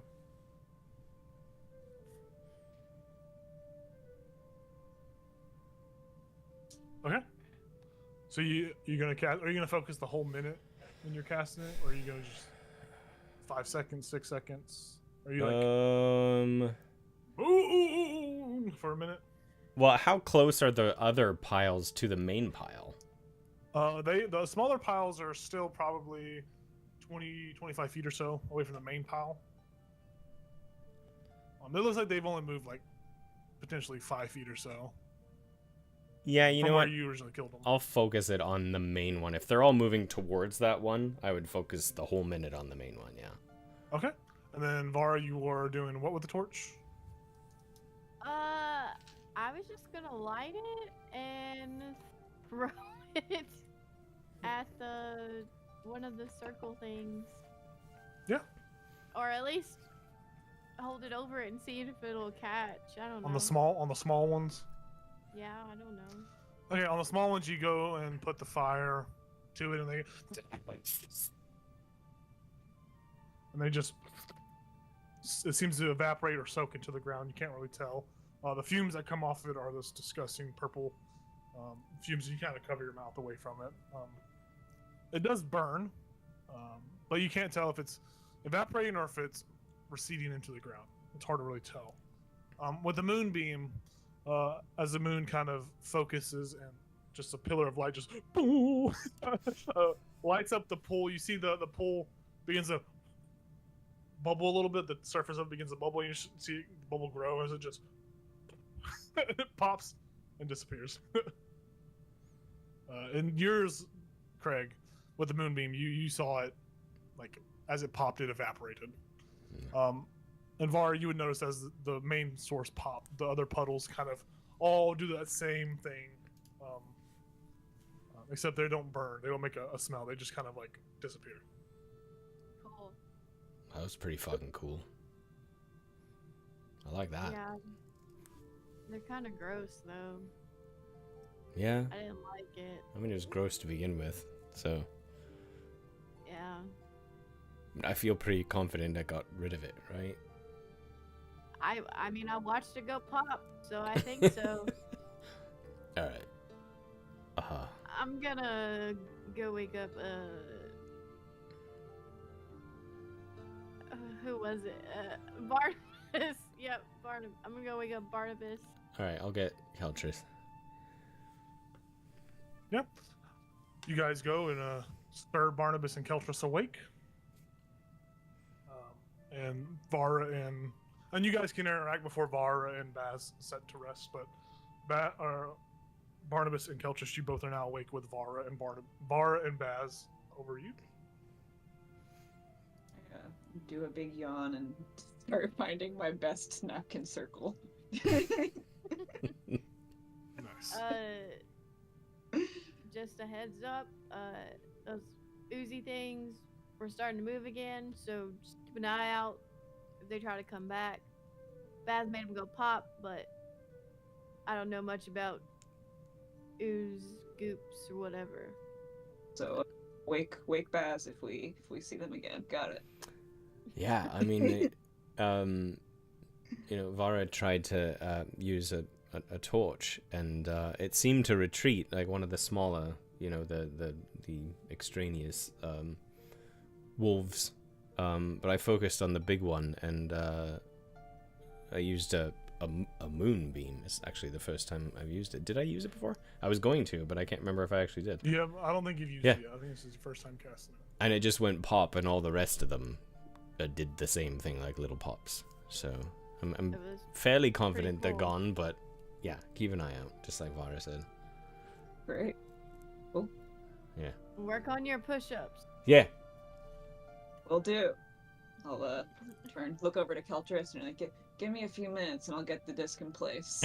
And he's gonna go over to the outskirts of the group, and you're gonna see him start muttering over this napkin that has a poorly drawn circle on it, and he's gonna start kind of slowly ripping the edges away while muttering to it. After 10 minutes, there is a beautiful glowing disc, and he'll give it a pat and be like, "Sit on this baby." And I'll just say to Keltris before he goes to sit down, I say, why don't we do a little target practice in the morning? It's been a while since I shot my short bow. Alright, yeah. Alright. And I go curl Oh my up gosh, y'all can shoot arrows at me. with Maggie. Oh, that sounds like so much fun. We don't need a target. Alright. We need a Vara. Yep. Alright. Now I'm going to bed. Night. Yeah, I mean, she's she can catch him and throw him back if she really wants to. So I wasn't gonna explain myself. yeah. I think it needs explaining a little bit. All right. Good night, friends. Alright, good night. Those two fall asleep and rest. Barnabas and Keltris, you two are on watch now. Like before, I would have you two both roll perception checks, and if you want to talk amongst yourself or role play anything, feel free to. 23. Good roll. Alright, 12. 12. Still a good roll. Okay. During your watch, and interrupt me if you guys want to talk to each other or anything, but during your watch, all is peaceful and quiet. I mean, you hear the animals chirping, the birds and the bees, and all the animals out at night. You guys, more so Barnabas, you feel that potion of yours is it's shaking. You can actually feel like the container, the glass, like wiggling and jiggling, and you pull it out and look at it. It looks to be that the thing inside of it, it's no longer a perfect circle. It's this like floating, sporadic, just very viscous material that's just like spiked and just floating in space. It looks like that it is. Actually, make a. I don't even know what kind of check this would be. Arcana check, nature check. Let me see. Let me look at your stat block. Yep. You can make an Arcana check. I got you can make an insight check if you want. I got an 11 for Arcana. 11. That's not bad. It passes. It looks like whatever this thing inside of it looks like it's trying to find the frequency of the glass that it is retained within. As if it's trying to find that frequency to break the glass. I give it a whack and say, "Shh, hey, calm down in there." Shut up. Yeah, you give it a whack and it seems to shrink a little bit, and then goes very much into a very idle, hibernative state where it's not trying to, break the glass or whatever it was doing. It seems to have lessened its efforts. Great. Okay. So you learn that it seems there's some sort of sentience to this blob, some sort of intelligence that remains within it. I will make a mental note to have Baz deal with it in the morning. While we are sitting there,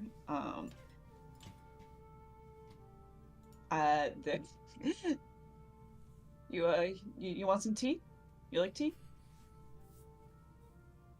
Yes, please. There will be a pot of hot liquid that floats over in the air in front of you, and Barnabas will snap his fingers, and a little cup the color of your clothing will appear, and the pot will pour into it. This is unseen servant. I have an invisible servant.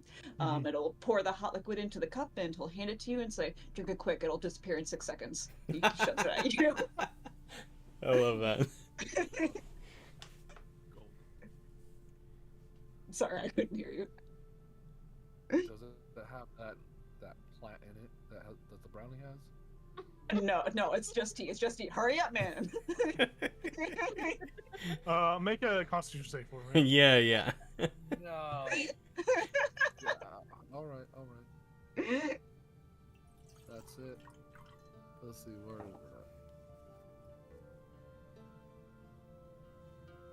Constitution? Yes, sir. Oh, that's not.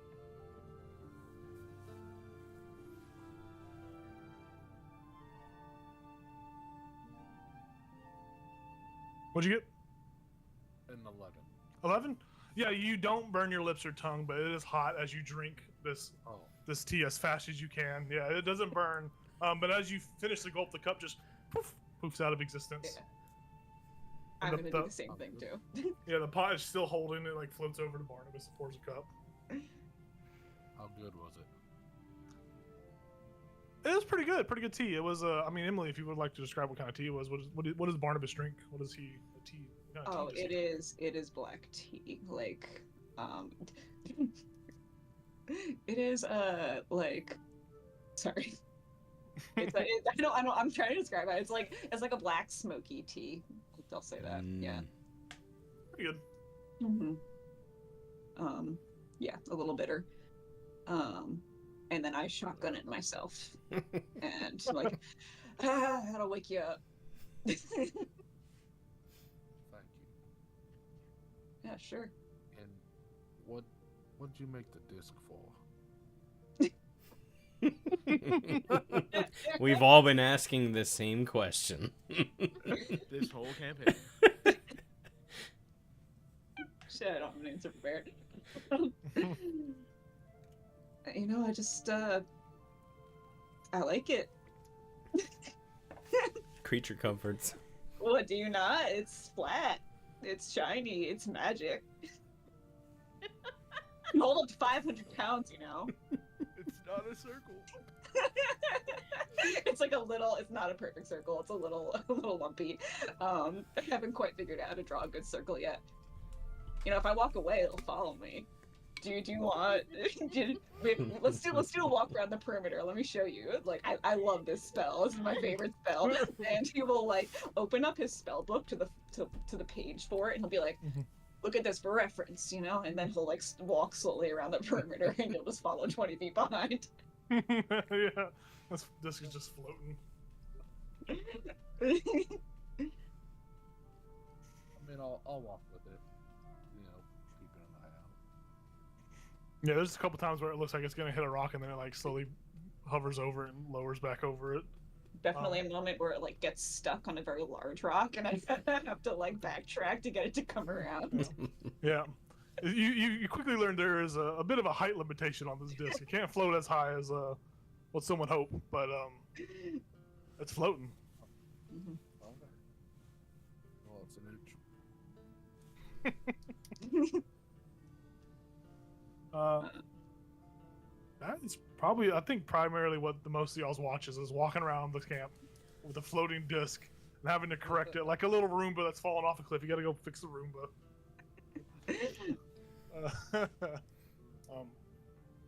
And I think your guys' watch would come to an end, and you would all remember Rivian said he would take the last watch. Go to wake And him up.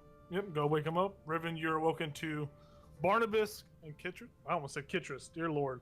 Barnabas and Keltris, and a floating disc. Oh God, get the disc out of my face, please, Barnabas. It's too early. Maybe you'll tell me about it more tomorrow. He's a little bit hurt, but Not in a mean way. Not in a mean way. Just no, I understand. I can tell when the disc is not wanted. it just scares me Thank you, sometimes. thank you. It's not perfectly circular. One of these days you'll get it. One of these days you'll get it. I believe in you. Thank you, thank you. He will dispel it. It's gonna go away when he goes to sleep anyway. Is it my turn? Yep. Alright, y'all hit the hay. I've got this. Yeah. Barnabas and Keltris find themselves back to sleep, and Rivian, if you'd like to make a perception check and see if you notice anything on your watch.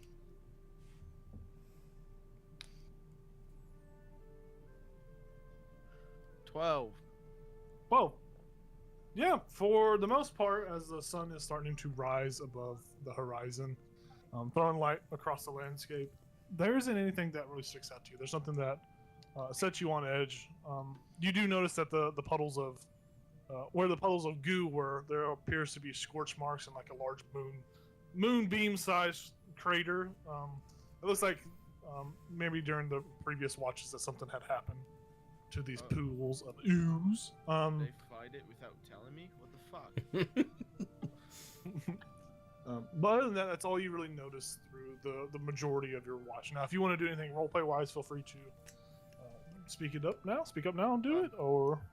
Okay, well, I'm gonna message you one of the things, but the first, 2 hours of my watch, Okay. I'll put on my mask I always have on the side of my hip and just dance the night away while playing music.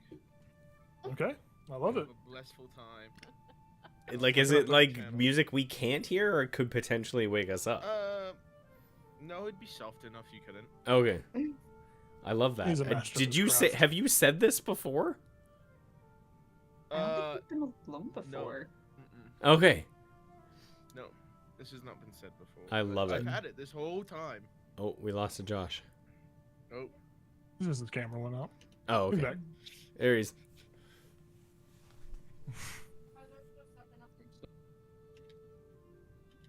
Sorry, Still. gotta type it quick. Okay, roll a performance check for me then. Sweet, just because I was dancing, I get advantage. All right. Hell yeah. What Oh, are hell you yeah, that's doing? 25. Okay. The rest of you all, as the rest of you all wake up, kind of wipe the boogers out of your eyes, do stretches, and stand up. You know, do your flexes. You look around the camp and see Rivian face down in dirt with what looks to be a pool of blood.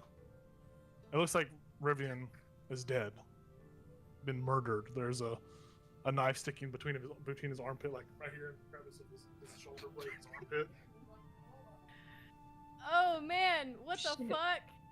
I'm What? gonna go over there and shake him. No! I'm not gonna move. Yep. I'm Oh, looking no. around. Yeah. Baz, do your thing. Yeah. Barnabas, you're looking around. You don't see any or you can make an investigation or perception check, Barnabas, to see if you can figure out anything. I mean, actually, I will touch him to do a medicine check to see how long has he been dead, because I know that my healing spells aren't gonna work if he's been. Yeah. I mean, you go to put your hand and do a medicine check on him, and you roll a medicine check. I'm trying to navigate my way through this too. I don't know. 16. Yeah, you put your hand on him. You feel a pulse, and you see his chest breathing, letting air in and out. But he still seems to be dead. What? I stick my finger up his nose. Oh, okay, you're too far, man. You're too far.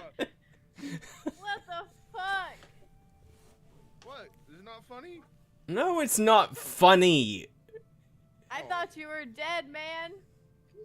Well, where I grew up, we always played pranks. My bad. I mean, Like this? it's probably something Yeah. we need to talk about Like this? before you pretend that you're dead and stabbed in the night. You know. Well, I mean, I've done pranks before already. What kind of pranks are you? You'll see. Oh. I don't want to. If this is just the tip of the iceberg, No. when I think prank, I think, oh, I can't think of one right now, but this is not it. I thought it was good. Was my performance good? I mean, yeah. Man, Did I I seem thought you good? were until I fucking dead. Hell yeah. Until I realized that your heart was still beating. That's why I stuck my finger up your nose, because I knew you were still Yeah, alive. it's not cool. I mean, pretending you're dead, stabbed in the night, also isn't cool, though. But you really think that none of you guys would be killed too? Nobody added the. It was things together? it was confusing, I'll tell you that. But I'm not gonna lie, that would do really well for our enemies if we need to pretend that you're dead in front of them for some reason. Oh, that's a good point. Yeah. Never thought that far. Yeah. Well then. I mean, good job, but fuck you. Thank you. Thank you. Yeah, man. Fuck you's a form of flattery where I come from, so it's alright. Fair. Did they? Never mind. And Baz is like, oh, and he snaps his fingers, and Maggie's back. Yeah, the same as your cat materializes on the material plane. I'm like, Keltra, sorry if that's shocking. I don't know a better way to do it. My cat is Faye, and she's not a real cat, so. Well, where I come from, there's many druids, so Ah, not fair. surprising. All right. Anasil is actually a druid herself. Say it again. Anasil is actually a druid herself. Oh, well, that's exciting. I like that. Yes. And I will say, so I don't know, we explained this to Keldris and Barnabas, but Rivian, the ooze, it started moving in the middle of the night. So Vara and I. That's why there's scorch marks. Yes, I mean it wasn't. If we would have Alright. we would have woken everyone if it was more of a threat, but we seem to have. I would have hoped so. Yeah, we seem to have mostly taken care of it. So just That's good. yeah. All right, I almost forgot about something. He pulls the little vial out of his pocket. Oh shit! There's more. Yeah, this guy was acting up in the middle of the night. Gave him a harsh speaking to, and he calmed down. But you should get rid of him. What's it doing now? Is it still like? So as you look at it, it is a perfect copy and rendition of Barnabas's face. What? Inside the vial? Yes. That's pretty good looking. So you gave it talking to yourself, it seems. Are you? I do that a lot too, but no, this time it was the vial. I mean, should we take care of it, or do you think it's safe inside the vial until we get somewhere else? I don't trust this thing. It has my face. I think you should get rid of it. I'll Yeah. hold it. Well, I just wonder, is there a way that we can, like imprint its essence that when we talk to someone, come across someone, that we can like explain it well enough that we don't actually need a physical piece of it to understand what it really is, because I don't want to destroy it if we actually need it to understand it. It's pretty otherworldly, right? Very alien. It's pretty So cool. I guess as long as you hold on to it, I can't do the glowing beam stuff. That's not my area. So maybe. oh, maybe that's a this is good for point. you. Yeah. No, I'll take over, and if it becomes a problem, then I'll do something about it. So yeah, I'll take the vial, but we won't destroy it. It's corked, right? Like it's. Yeah, it's a let's say a potion of healing. Okay. Bottle. It's Yeah. got a cork All cork stop cork. Yes, it does. Yep. And when Barnabas hands it over to you, you take it in your hands. You watch as the face of Barnabas morphs into a ball, and then your face is staring right back at you. So there's a little face of Baz in this vial now. Baz is like, oh, I'm pretty cute, and then he puts it in his backpack. Okay.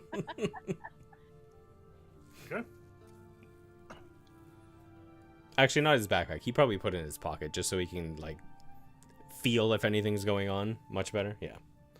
Okay. Let me make sure to take note of that. Ooh. Baz Oh put no. the glass Little potion Baz in his pocket. in his pocket. Assuming we have pockets. It's your flesh pocket. And Become marsupial. It's my tiefling flap. oh no. I can see pictures having it, not this guy. Not that. Truth. Yeah, so you put it in your pocket. And you guys, pack up your campsite for the night. And get ready to set out towards Wyvern Tor. Yeah, wherever the orc. Yeah, Wyvern Tor. Yep. Wyvern tool. Wyvern tool. Yeah, and as you guys set out, I would assume you guys would kind of explain to Keltris what is going, like why you guys are going this way, or what you are doing, right? Yes, I actually planned on doing that around the campfire. I forgot about that. Oh, but perfect. Yeah. Yeah. Well, you can, if you want to fill them in real quick, you can Yeah, definitely do it, so or I if- can just do like a quick, like a No, very quick, brief summary. I'll just say something over breakfast. I'll just say, we're out here, in addition to trying to find the spider and all that. There's a couple other objectives we have, and one of them, our next one, is to go to a cave. Is the cave called Wyvern Tor, or is the cave in Wyvern Tor?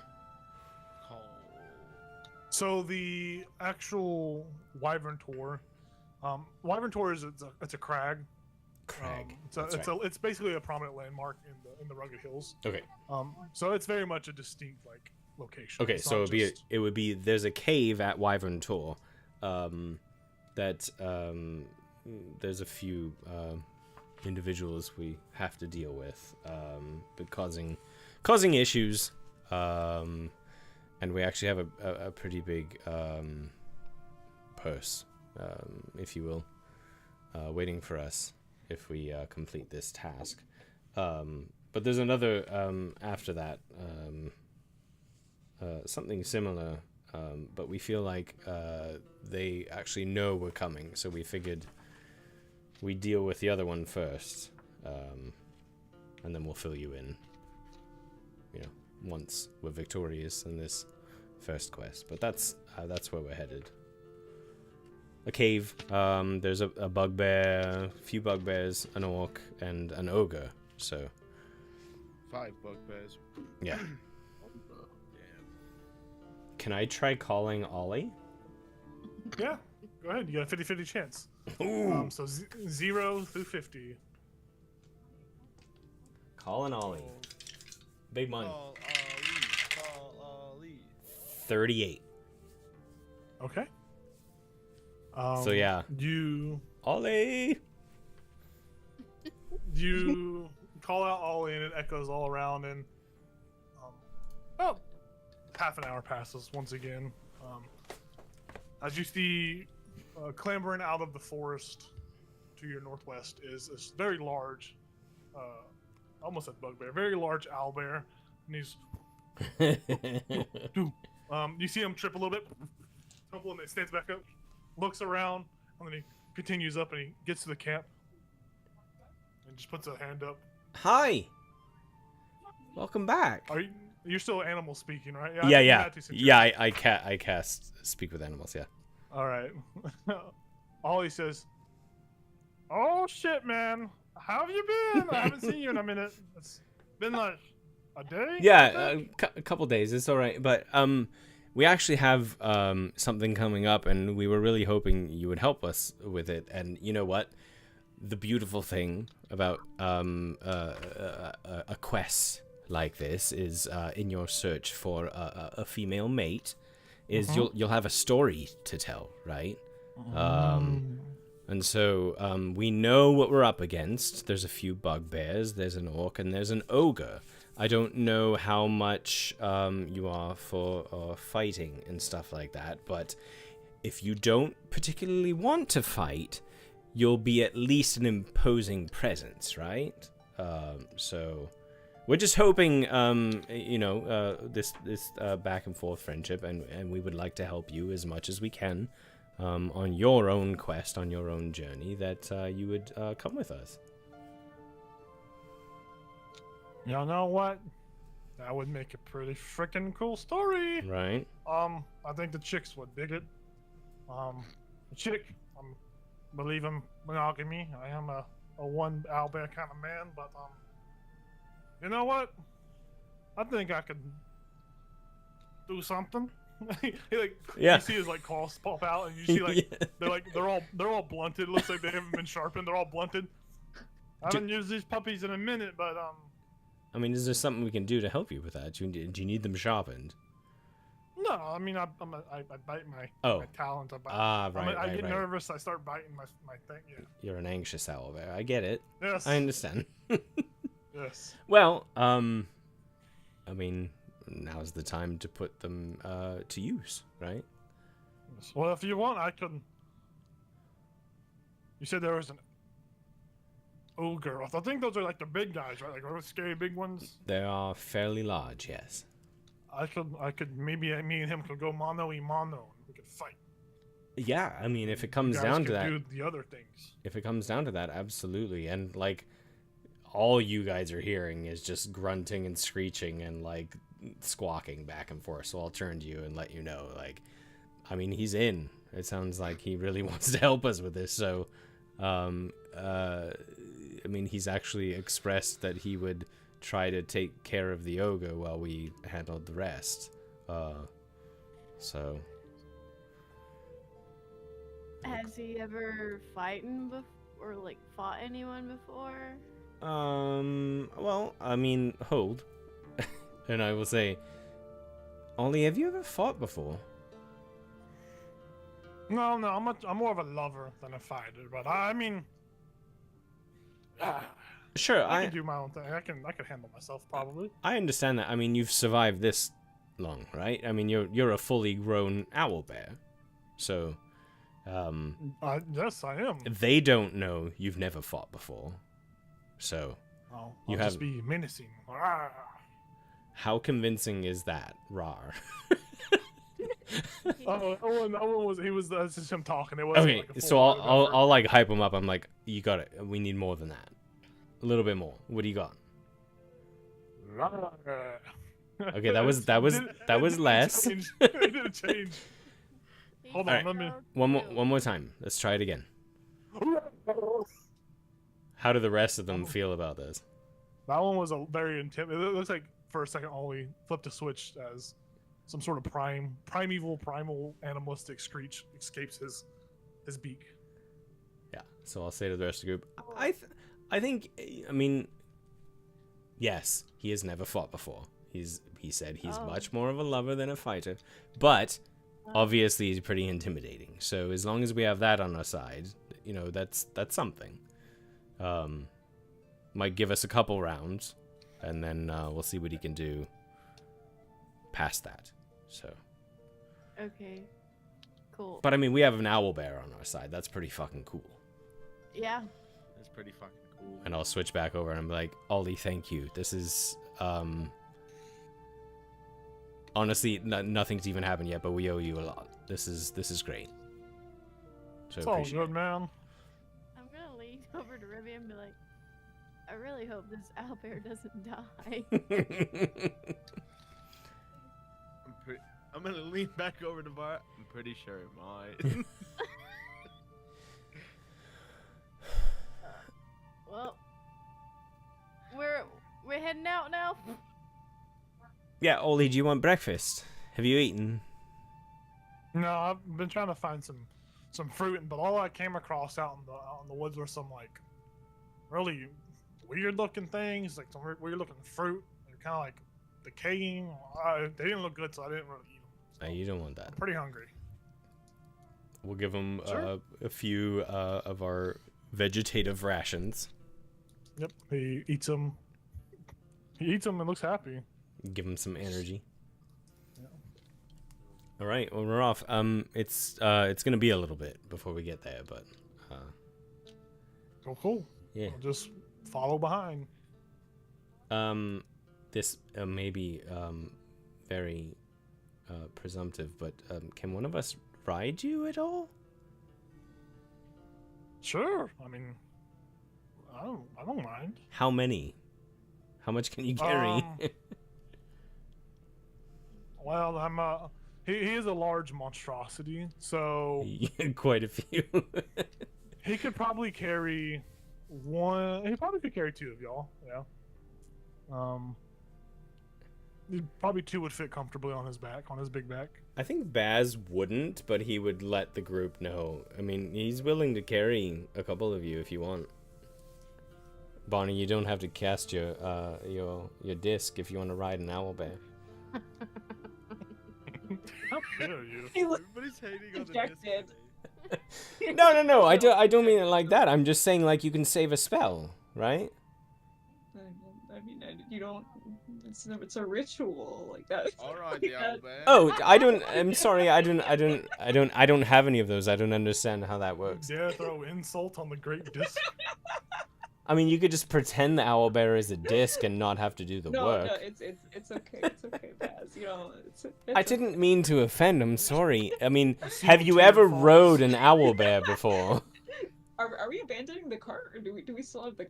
We were gonna leave. We were gonna leave the cart. Okay. Like, yeah. Sorry, we should do that too. Yeah. Oh, you know, I could ride Ollie, and you guys could ride the disc. Oh, I'm alright with that. I would actually like to try the disc. Yeah. I want to ride the owl bear. No offense. So does the disc, like, if you and the owl bear are going faster, does the disc keep up with you? Mhm. Oh, that's fun. I want to ride the disc. Like, But I'm gonna ride the something disc. Am I wrong?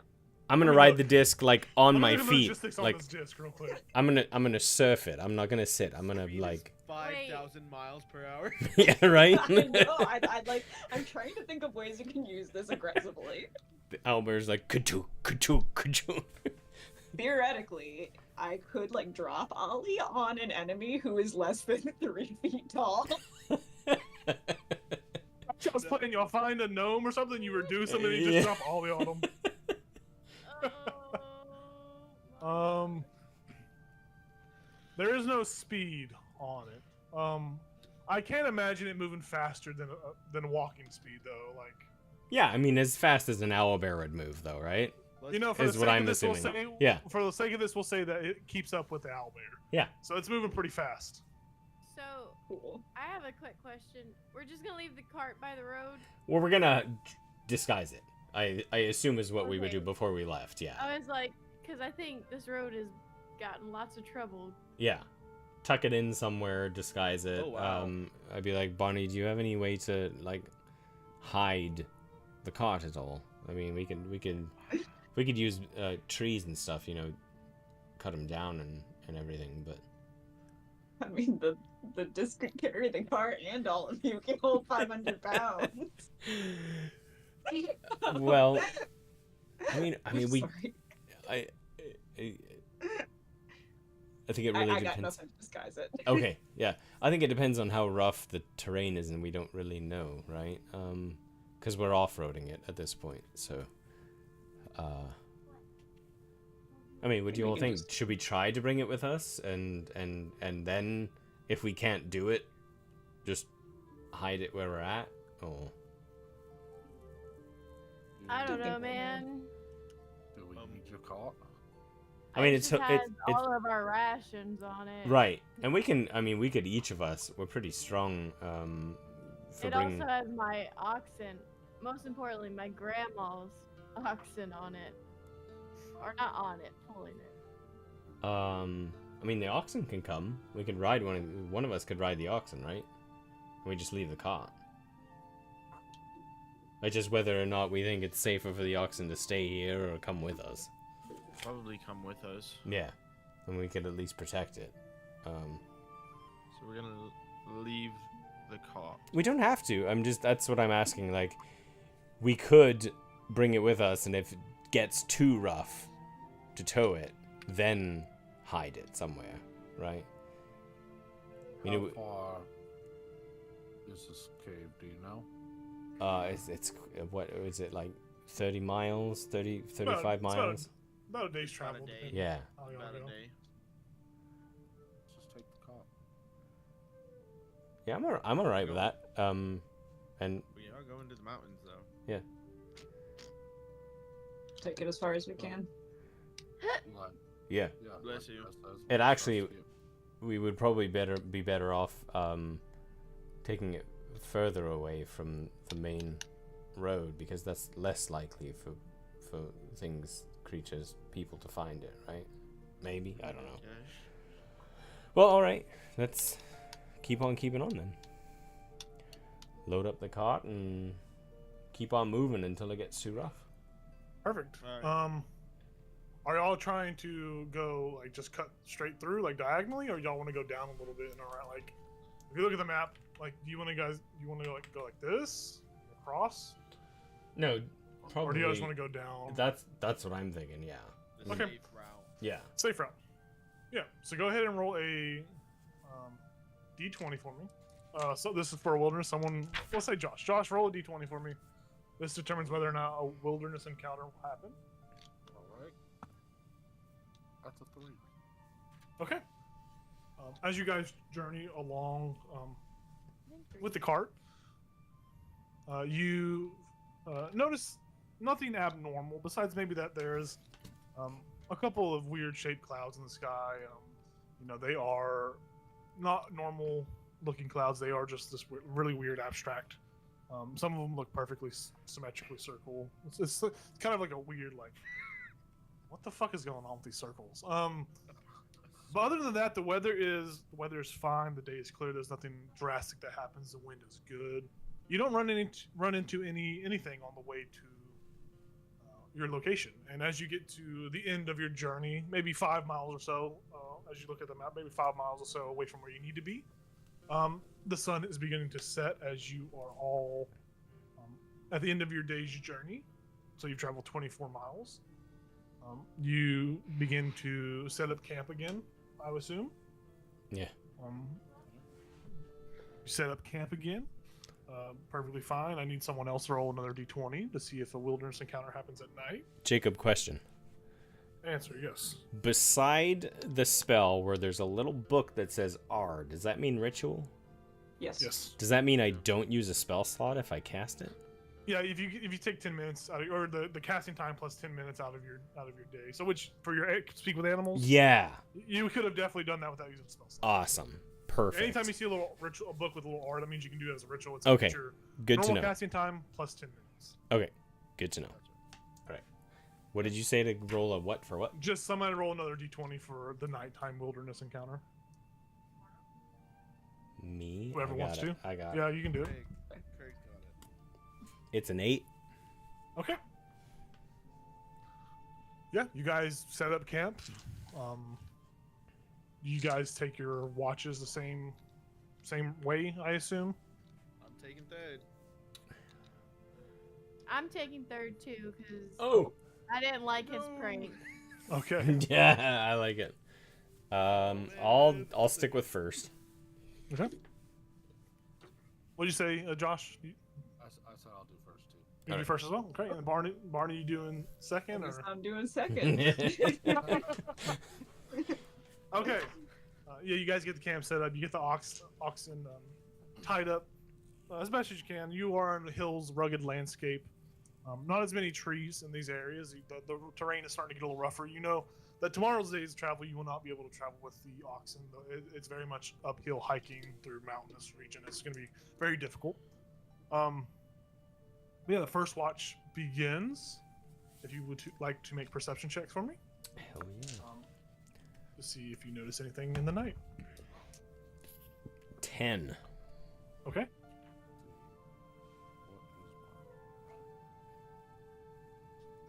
What is 4? That's a dirty 20. Dirty Nice. 20. Perfect. Yeah. If you guys want to role play or do anything, you can definitely do that right now. If not, I can just tell you what happens. You let me know. I'll say to Kelchus, oh shit, we were supposed to do target practice in the morning. What? I completely forgot about that. Yeah, I mean it's fair. We don't need to. It's just, I mean, like I said, it's been a long time since I shot a bow. Do you prefer to use a bow? Is that your? Yes. Yeah, That's my preferred method. it's pretty fun. So- oh yeah. Yeah. it is. I like it. You know, growing up with the elves, you know, before, you know, all of this druidic, like all of the commune with nature and all that. It's one of my favorite things to do, and you know, actually, I was really good at it. I think that's some of the elves weren't very happy with that. This tiefling coming in and besting them at using a bow, but you know, I use it when I need to, but Yeah, definitely takes some skill to use a bow. yeah, it's fun though. Especially best an elf. Definitely. Yeah, I'd be curious how many of them complain to a point where it's like, this guy's got to go. we can't deal with this. But yeah, I don't think in the docks the best time to target practice. But Vara did offer trying to catch some of the arrows, so we don't necessarily need a target. How good is she at catching them? She's pretty good. Pretty good. Yeah. it's You're not it's worried pretty about- impressive. Like, I mean, like I said, not only catching them, but like turning it around and throwing it back. Okay. Yeah. So Well, yeah. Maybe after this, after the cave. Yeah, that's probably a good idea. Actually, I mean, that's, you know, how about this? How about, unless I really need to, both of us use our bows as long as we can going into this cave. And I know you're going to be better than me. You're a ranger. It's a given. But it sounds pretty fun to go in arrows blazing, as it were. All right. Yeah. Yeah. I like that. I don't know if it's a challenge, but accepted. All right.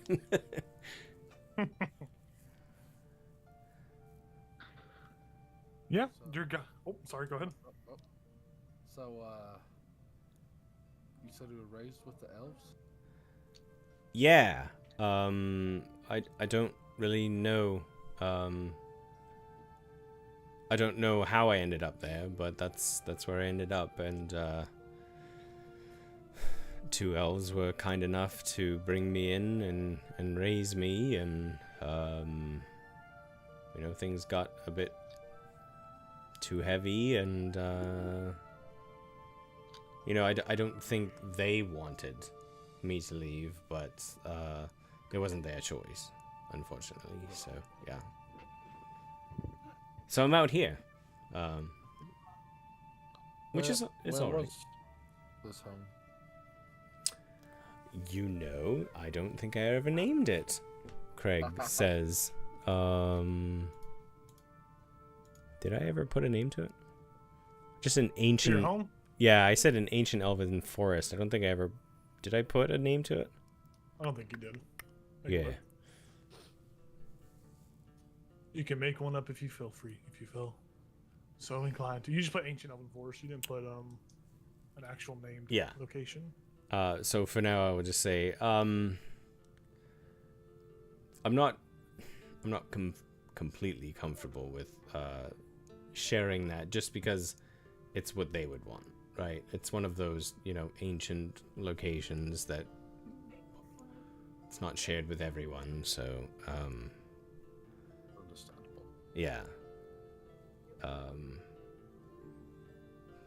But yeah, I mean, I have every right to disclose it the way I was cast out, but you know, I can't hold it against them. I'm not an elf, right? Yeah. So I'll respect the decision. yeah. It was called Rivendell. Yeah. I am Legolas. Yeah. Are you a cat person? You like cats? Yes. Actually, I do. Kind of had a cat, a pet cat, more of a stray, growing up. So, I mean, me too. And I'll send Maggie over to Keltrus's lap. I say, this is, you know, at first I thought it actually was my cat, Maggie, from back home, but I've since learned from Barnabas this is, it's kind of an echo of Maggie, you know, a copy. But she's fairly capable of similar movements, and she speaks to me like Maggie could, so and then I just instruct Maggie, like I say, he's trustworthy, he's good. She doesn't respond telepathically, but she heads over there and she sniffs Keltrus. She gives you a quick sniff, and she like leans into you to pet her. yep, do the petting, the whole, like, from head to tail all the way down. Yeah, she's really leaning into it, and she does telepathically speak to you. She says, I guess this is much better than that woman petting me, but you know, I like this one. He's a natural compared to her. I mean, I get it. You know, some people they haven't grown up with cats, so. But, you know, just warm up to the rest of them. They're good people. she like rolls her eyes. Yeah.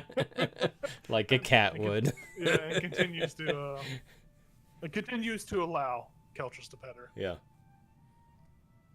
I think that's a good segue. Yep.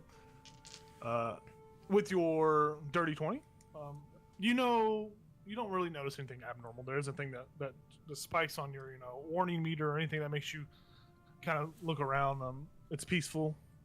You probably smell just the smoke of the campfire nearby. And you guys built it in a way so that it doesn't reveal y'all's location to nearby individuals. I mean, it's a spotlight on y'all in the mountains, but your watch ends with nothing incredible happening, and you go over to Barney B. Bus, to wake him up for his second watch. I'll send Maggie over to wake him up. Yeah, Maggie, she walks over to just on the nose, Barnabas. Just a light tap. Yeah, she's about to tap, and then you see a single claw come out, and she sticks her claw to his nose, and she just like I'm like, Maggie, wiggles it a little bit, but she doesn't hook. Yeah, she's graceful enough to wiggle it around to wake him up, but she pulls it out so she doesn't cut him. Barnabas, you wake to seeing this spirit, this familiar, waking you up. Give her a good pat. Like, good morning, Maggie. She's like narrows her eyes and looks at the sky and shrugs. And then she just like quickly gets away from you. I like and that. runs over to Baz. We'll go to Suma's position for the watch. On the ground. He's been feeling a little bit Oh, no. about his disc. Well, before I lay down, if there's some kind of paper, pen that I could borrow. Oh yeah, of course. Pulls out a pen. I noticed last night you're trying too hard to do the circle. You're focusing too hard. You just gotta, real quick, I'll try to show him. Make a performance check for me. Swish and flick. Swish and flick. Oh no, that's not a good performance check. Oh no, that's not good. It's a 4. I was hoping it would be a dex check. Yeah. He confidently, with the utmost confidence, draws a square.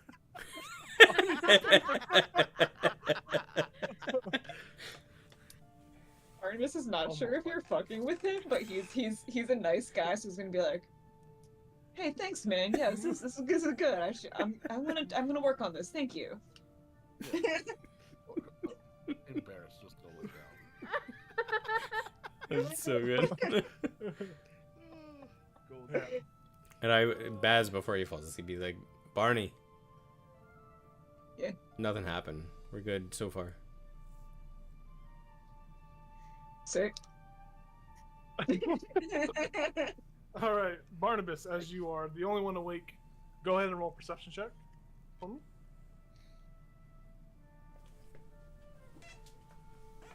23. Ooh. 3. Good roll. Your watch is disturbed by a large owlbear that walks over and just like plops down next to you. Yes. And it's like you see it's like scratching its belly. Is this the one that's This is Ollie. Yeah, this is Ollie. This is Ollie. This isn't a different owlbear. This is Ollie. He looks over and just shrugs and looks into the fire. But during your watch, nothing else really happens besides the owlbear joining you on your watch. Yeah. Did you want to do anything while you watched, or no? I am definitely like heightened anxiety due to the proximity of the owlbear, but I'm trying not to show it. So he's just kind of like, he has his spell books open and does not turn any pages during the entire watch. Yeah. And at the end of the watch, as you get up to go wake up the remaining two, Rivian and Vara, the owlbear like stands up like an old man and scrunches up and he like kind of like mirrors your movement. He watches you walk over to wake him up, but he just goes and lays down on the other side of the campfire. Ends his watch as well. And Vara and Rivian you are woken by Barnabas. Barney B. Bus wakes you up. Mhm. Nothing Time for your happened. watch. Good night. Sleep well, Night, dude. man. I will. All right. All right.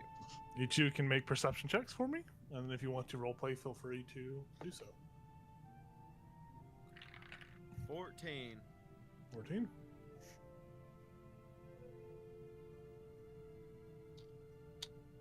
21. Okay.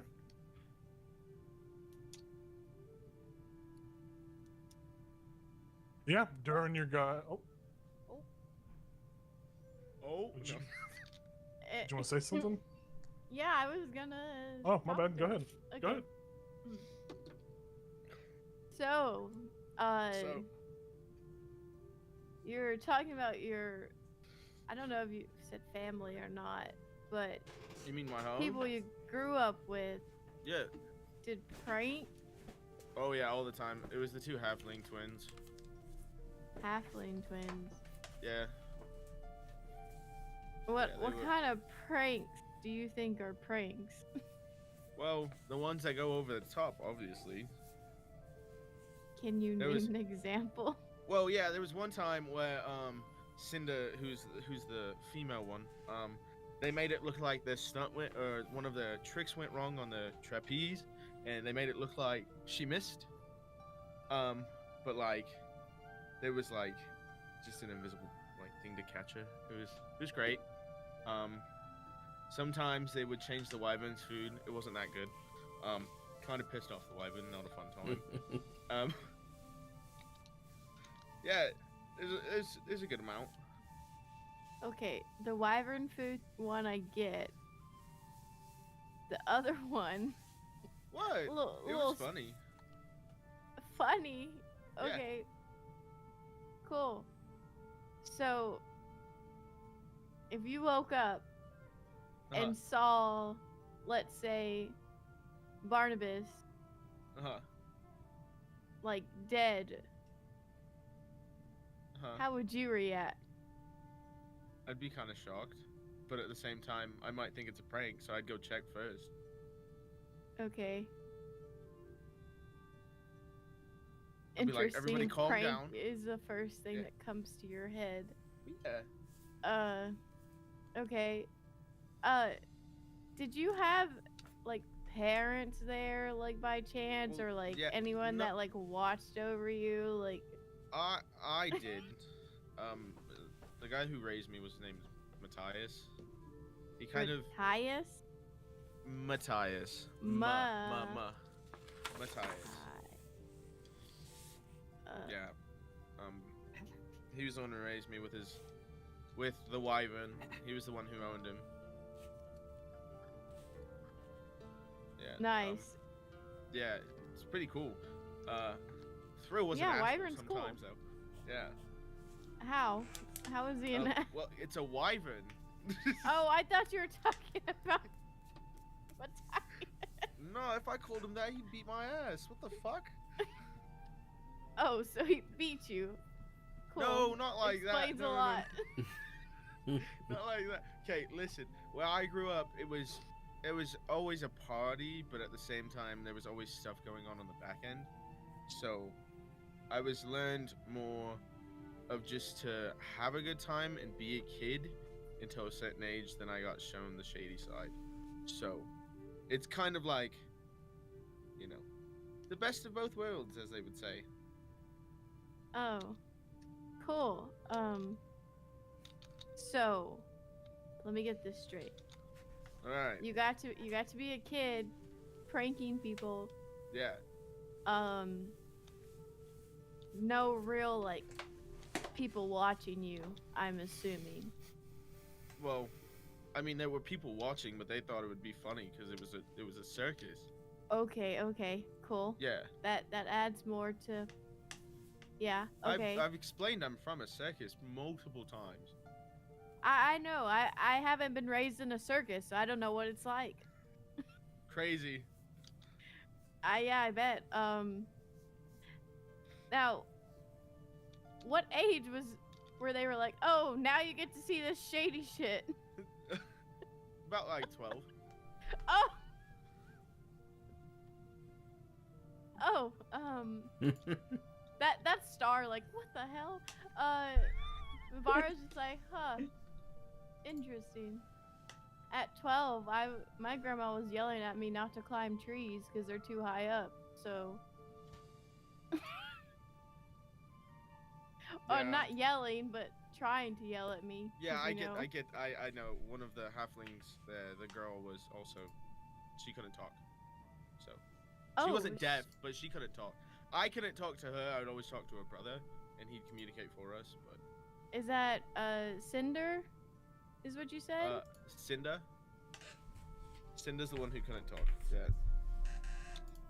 A bunch of undead kind of attacked at one point, and she damaged her vocal cords.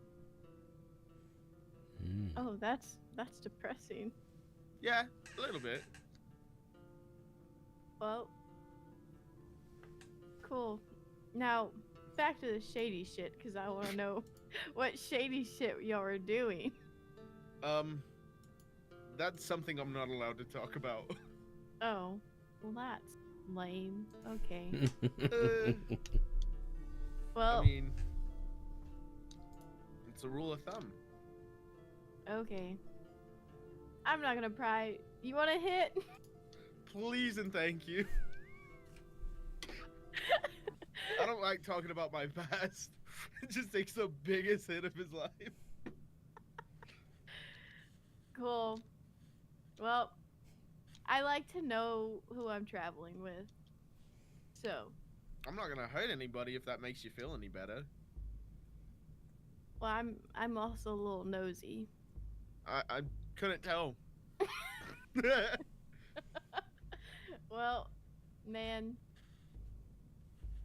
I'm good now, or at least for now. What is this music? Dum, dum, dum. Near the end of your watch, you begin to hear distant drum beats from Oh, great. about Wait, 5 did miles we get away. a long rest? This is the end of the watch. The drum beats are echoing throughout the whole mountain, the whole hill range right here. You all do get a long rest, so make sure you all click long rest. Those that have temp HP, the temp HP will go away, because they don't last. After a long rest, they go away after a long rest. But you do hear this Oh. instrumental music and drumming from, from further out on the mountainside. Sounds like there's a real hootenanny going on. Hootenanny. The sun has risen above the horizon. You all pack up camp and set out for your day to Wyvern Tor, and then potentially Old Owlwell later.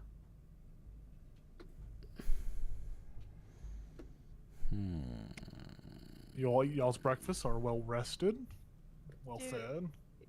Do we get our 1 HP back? Or temp HP back? Because I helped make breakfast? Yes. Ooh. Keltris has 1 temp HP now too, as you have made the breakfast better. Heck yeah.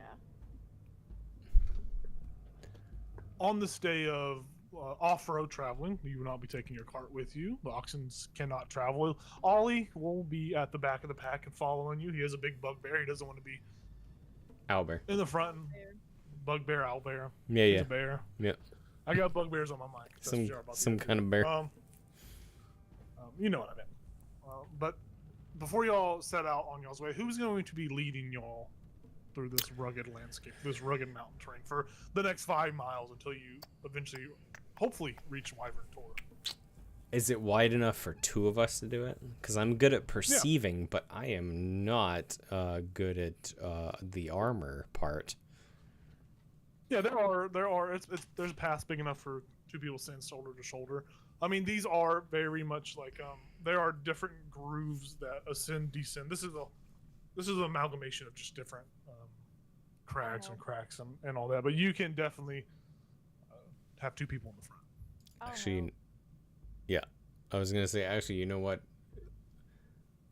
On the stream, mine says 14. I should be 16 because I have a shield, but none of us are very adept at tanking. I'm pretty good. Not yet. When we go get magical weapons. Yeah. All right, so I guess Baz and Vara in front. I'm pretty good at survival. I'm has anything. okay. And Keltris did track you guys down, so that does credit to his skill. I mean, It's if a you scout. want to, man, you'll have to be in the front line though if you're okay with that. Well, I'm pretty stealthy too, so. Same, man, and I'll give him like a little high five. Just whoop. Up here, gotta go up. Yeah, it's that weird like mismatch, like high five. I think it's the point across. Yeah. So those of you that are taking lead, so Keltris and Bass said he was going to be up there too. Yeah, I was gonna be up front. Yeah. I need one person to make a perception check and another to make a survival check. I will perceive. I shall survival. Okay.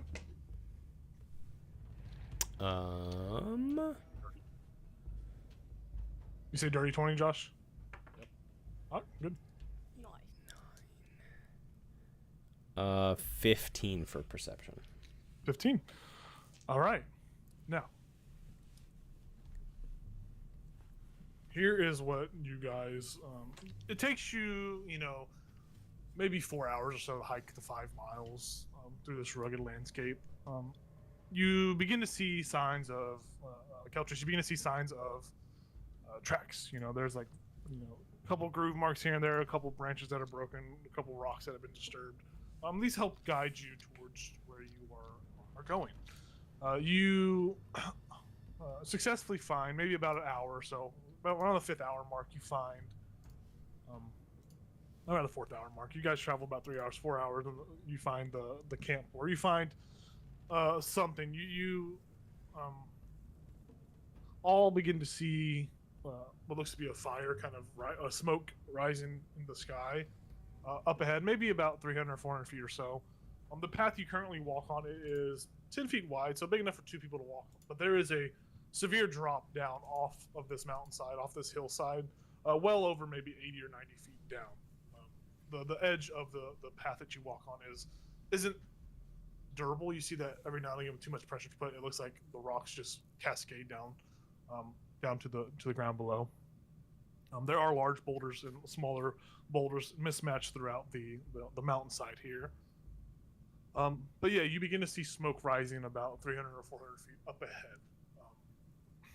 This noise of the drumming and all also seems to be emanating from the same location.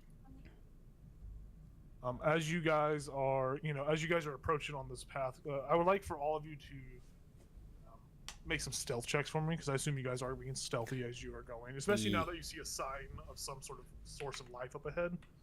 I would imagine you all dug down. Ollie is gonna try to be quiet too. And can I do this? Your boy's gonna cast Pass Without a Trace. Pass Without a Trace, perfect. So everyone gets an additional +10 to their stealth roll. That brings me to 30. Ooh! Damn. 12. Let me know if anyone got lower than a 10. I don't think that's even possible. No, because Pass Without a Trace gives you a 10. Perfect. So yeah, you guys slowly make your way closer and closer. You got 33, is that what you said? 34. Ooh. 34, damn. I got 36. You guys just see, oh damn. I got a nat 20.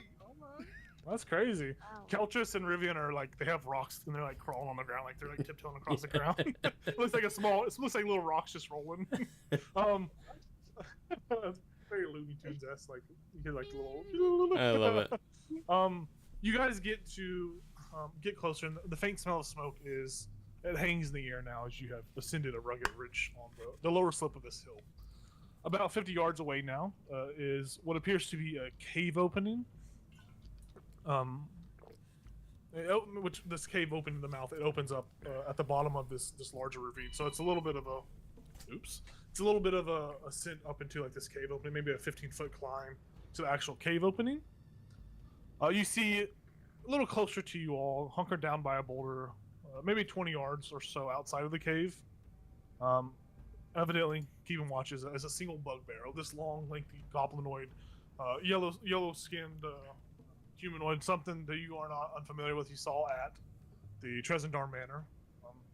This bugbear doesn't seem to be the same familiarity as those were, but this is definitely a bugbear, and he's obviously like has a large two-handed axe, and he's just like like a camera. He is just like scanning the horizon and just looking outward. I'm gonna show you guys the battle map, so to speak, so you can kind of position where you would think you guys are at. So I had you all approaching from the left. If you guys wanted to be approaching from the right, you could definitely move over there to the other side. But you guys all have to be coming from the same general direction. You see the bugbear who is looking, just scanning the horizon. If you look at the map, the cave opening is up here. It's a bit of a climb up into the actual cave mouth, about a 15-foot ascension and descension. But at the moment, you guys are stealthy. Ollie is crouched down as low as he can possibly get. You're kind of hiding behind Keltrus and them, everyone. Feel free to position your characters however you see fit. But once you get past this boulder here, that's like closest to y'all. Yeah, past that boulder right there, a new round of stealth checks will need to be made.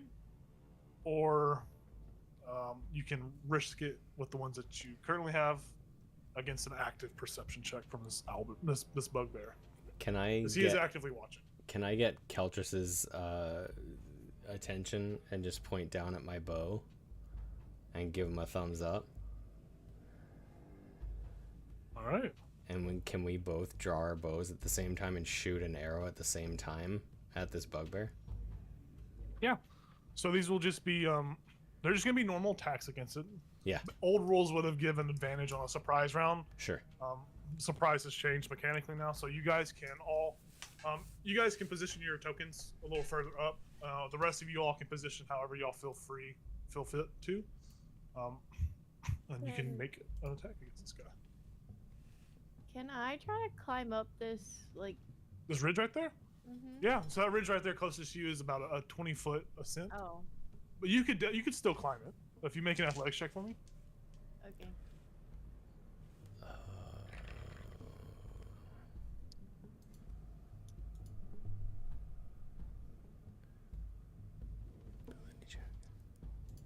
Riven, if you move past that rock, you have to make another stealth check. Oh my god. It's a 19. Oh, I thought it was a 20. 12. That's okay. Yeah, there's enough handholds and all that on this that you ascend this cliff face. 25. Rivian, with the 25, you. Oh wait, I'm still within 30 feet. So it'll be 35. You feel that you have moved up. Vara, getting closer, you will have to make a stealth check. Those edges of that ridge they can crumble and be loose. The rocks can be loose. Roll a stealth check. Do I still have pass without a trace or no? You are still within 30 feet of Baz. Because you're 20 feet up. So, 27. You're still within range. Yeah, you don't. Nothing gives you away. You feel like you've approached this bugbear. Is it stealthily? Barnabas, you doing anything? I'm chilling back with Ollie, watching the kids be all stealthy. They're all like sneaking forward, and he's just kind of. Yeah, Ollie's like peeking over your shoulder, like trying to watch. All right. So should Keltrus and I take our shots, and then the rest Yes, of you? Keltrus, Okay. I mean, I assume you guys would have coordinated this. You would have told them. They probably would have got the sense that you guys are going to shoot. Okay. But you two can choose to shoot this bugbear. 23 to hit. Your hits, Baz.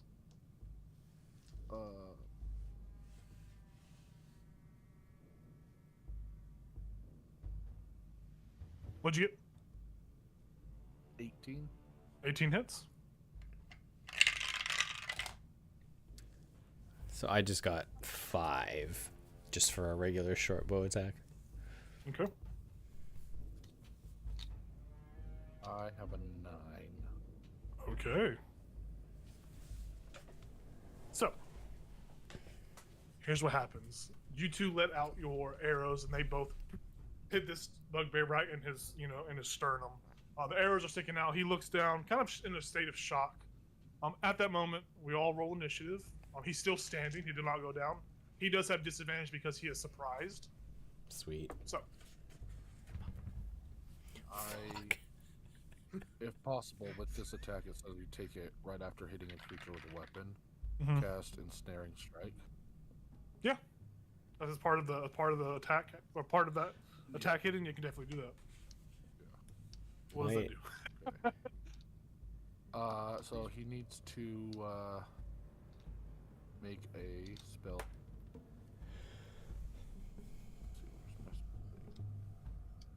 He needs to beat a 12. A DC 12, is it like dexterity or something, or strength? Okay, so we'll handle all the initiative rolls, and then we'll do that before we start the combat. So I'm gonna go down the line. Barnabas, what'd you get? 21. Damn, Baz. I know. 4. Okay. Get Kelchus, what'd you get? 14. 14, very nice. Rivian? 6. 6. Vara, what'd you get? I also got 14. 14. What's your dexterity modifier? Mine. Oh, we can just do it where you guys can choose who goes. If you have the same initiative, we can just choose who y'all can decide between each other who goes first, who goes second. And every round it could change depending on what's going on because you guys go at the same time. I think it's gonna be much easier. Ollie got a 4 as well. Ollie will go after the other 4. The bugbear. Vivian, what did you get? You got a 6. 6. Kind of depressed about it, but it's okay. That's crazy. With disadvantage, the bugbear still managed to get a 15. I rolled a natural 20 and then a 13. He's got a +2 bonus. Perfect. So the arrows boop boop hit him. The ensnaring strike triggers what your ensnaring strike do. He needs to make a DC 12 strength save. DC 12 strength. Yeah, the ensnaring strike it begins to kind of blossom and like spread out on him. He rips the arrows out fast enough. He succeeds. He throws them aside and he looks up and he instantly clocks Rivian because you're directly in his line of sight at the moment. He looks up and he says, and he just lets out a grunt. But before he can say anything, utter anything, Barnabas, you're the first to go. You see this bugbear is still standing. He is bloodied, so he is below half HP, but he's still standing. He hasn't set off an alarm or anything, right? Not yet, not yet. But his turn is after yours, so he might after. All right. Barnabas is gonna quickly run out from hiding and scorching ray, all 3, right at him. Okay, go for it. Oh god. Okay. Okay, 17 for the first one. Hits, just hits, barely hits. 10 damage. Okay. Let me look at my health real quick. It hits him right in the same spot. Sears him, but he buckles over. He's like, looks up, lets out that pained grunt. He's still standing. He's not looking good though. The second one missed, so I'm going to use heroic inspiration to re-roll it. Can I do that? Okay. Yeah, go for it. All right. Okay, so this one definitely hits a 24. Yep. Okay. 7 damage. Yeah, this last bolt hits him right in the head, and you just watch his head just catch on fire as he just hits the ground, falls dead at his feet, and just dead on the ground. Y'all guys fall out of initiative. As a bugbear. Standing there with her Yeah. spear, Ready. The bugbear has fallen over dead. You guys quickly took care of him. Oh, I drew that. Yeah, that's a I, thing. I definitely shoot my scorching rays with finger guns, by the way. Nice. So after that one, Pew, like, pew, pew. let me like Perfect. close blast one. Oh my goodness. As the quick assassination of this bugbear before he could alert his comrades occurs, you guys are all left back in silence. There doesn't appear to be a sentry, but there is a bugbear that is just bleeding out. His blood is slowly making its way to the crack to fall off the edge of off the hillside.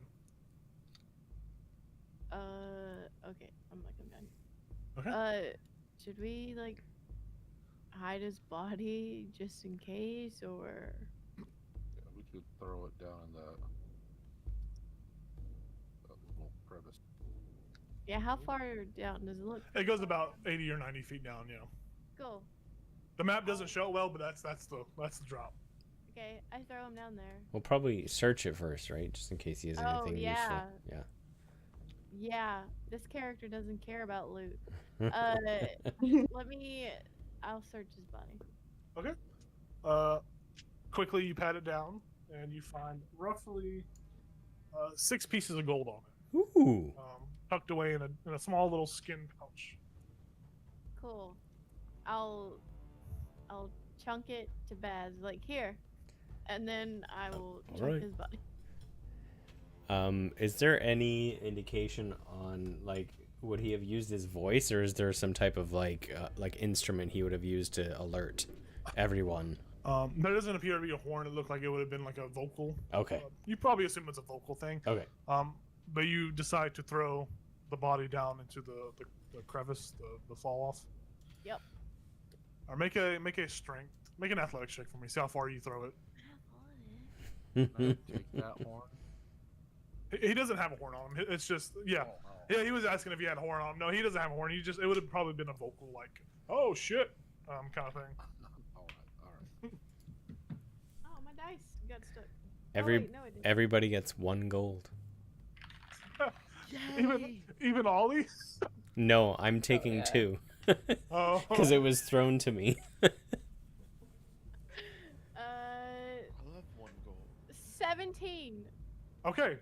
So you give it a hunk, and thankfully enough, you cleared the edge, because if you had not thrown him far enough, he would have tumbled down and a bunch of rocks would have cascaded, making a bunch of noise. You successfully threw him far enough to not draw attention. You watch as his body makes a sickening splat against the rocks at the bottom. Yum. Well, something will eat that later. Are you ready to keep going? Yeah. Yeah, let's go. Cool. And I would just be like, Ollie, you don't want gold, right? You just want like food and a woman. He ritually cast this, like, I guess before he got up here.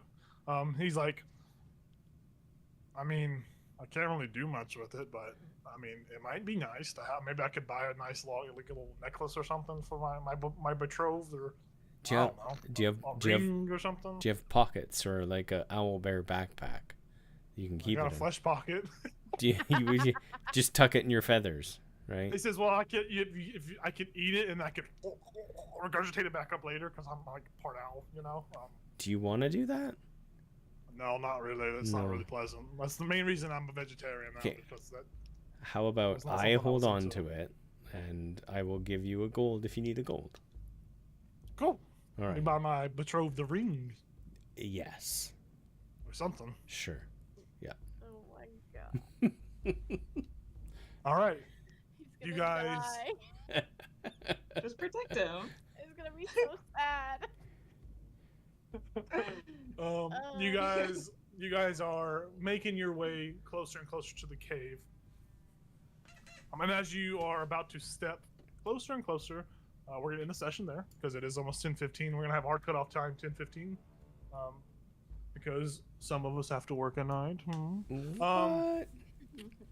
That's okay. Next session we will pick back up. I mean, we're gonna end at 10:15, 10:30. Usually it's nothing that long. Yeah. Next week we'll pick back up That's with right.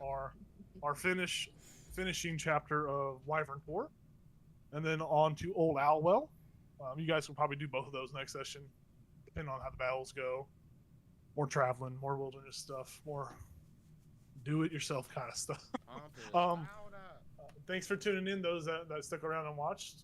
You can tune in next week to see our crazy hijinks. Hell yeah. See if anyone dies. See if Ollie the owlbear lives. Who knows? Gonna live. It's gonna happen. Maybe, maybe not. I'm trying not to get attached, but I think I am. It's too Listen, late. if he doesn't die, I have to write a side quest to find him a wife. So We gotta keep him alive now, guys. Yep. Yes, yes. thanks for we get a tuning in. Thanks for watching. We will see y'all in a week's time. Hell yeah. Good night. Good night. Stay warm.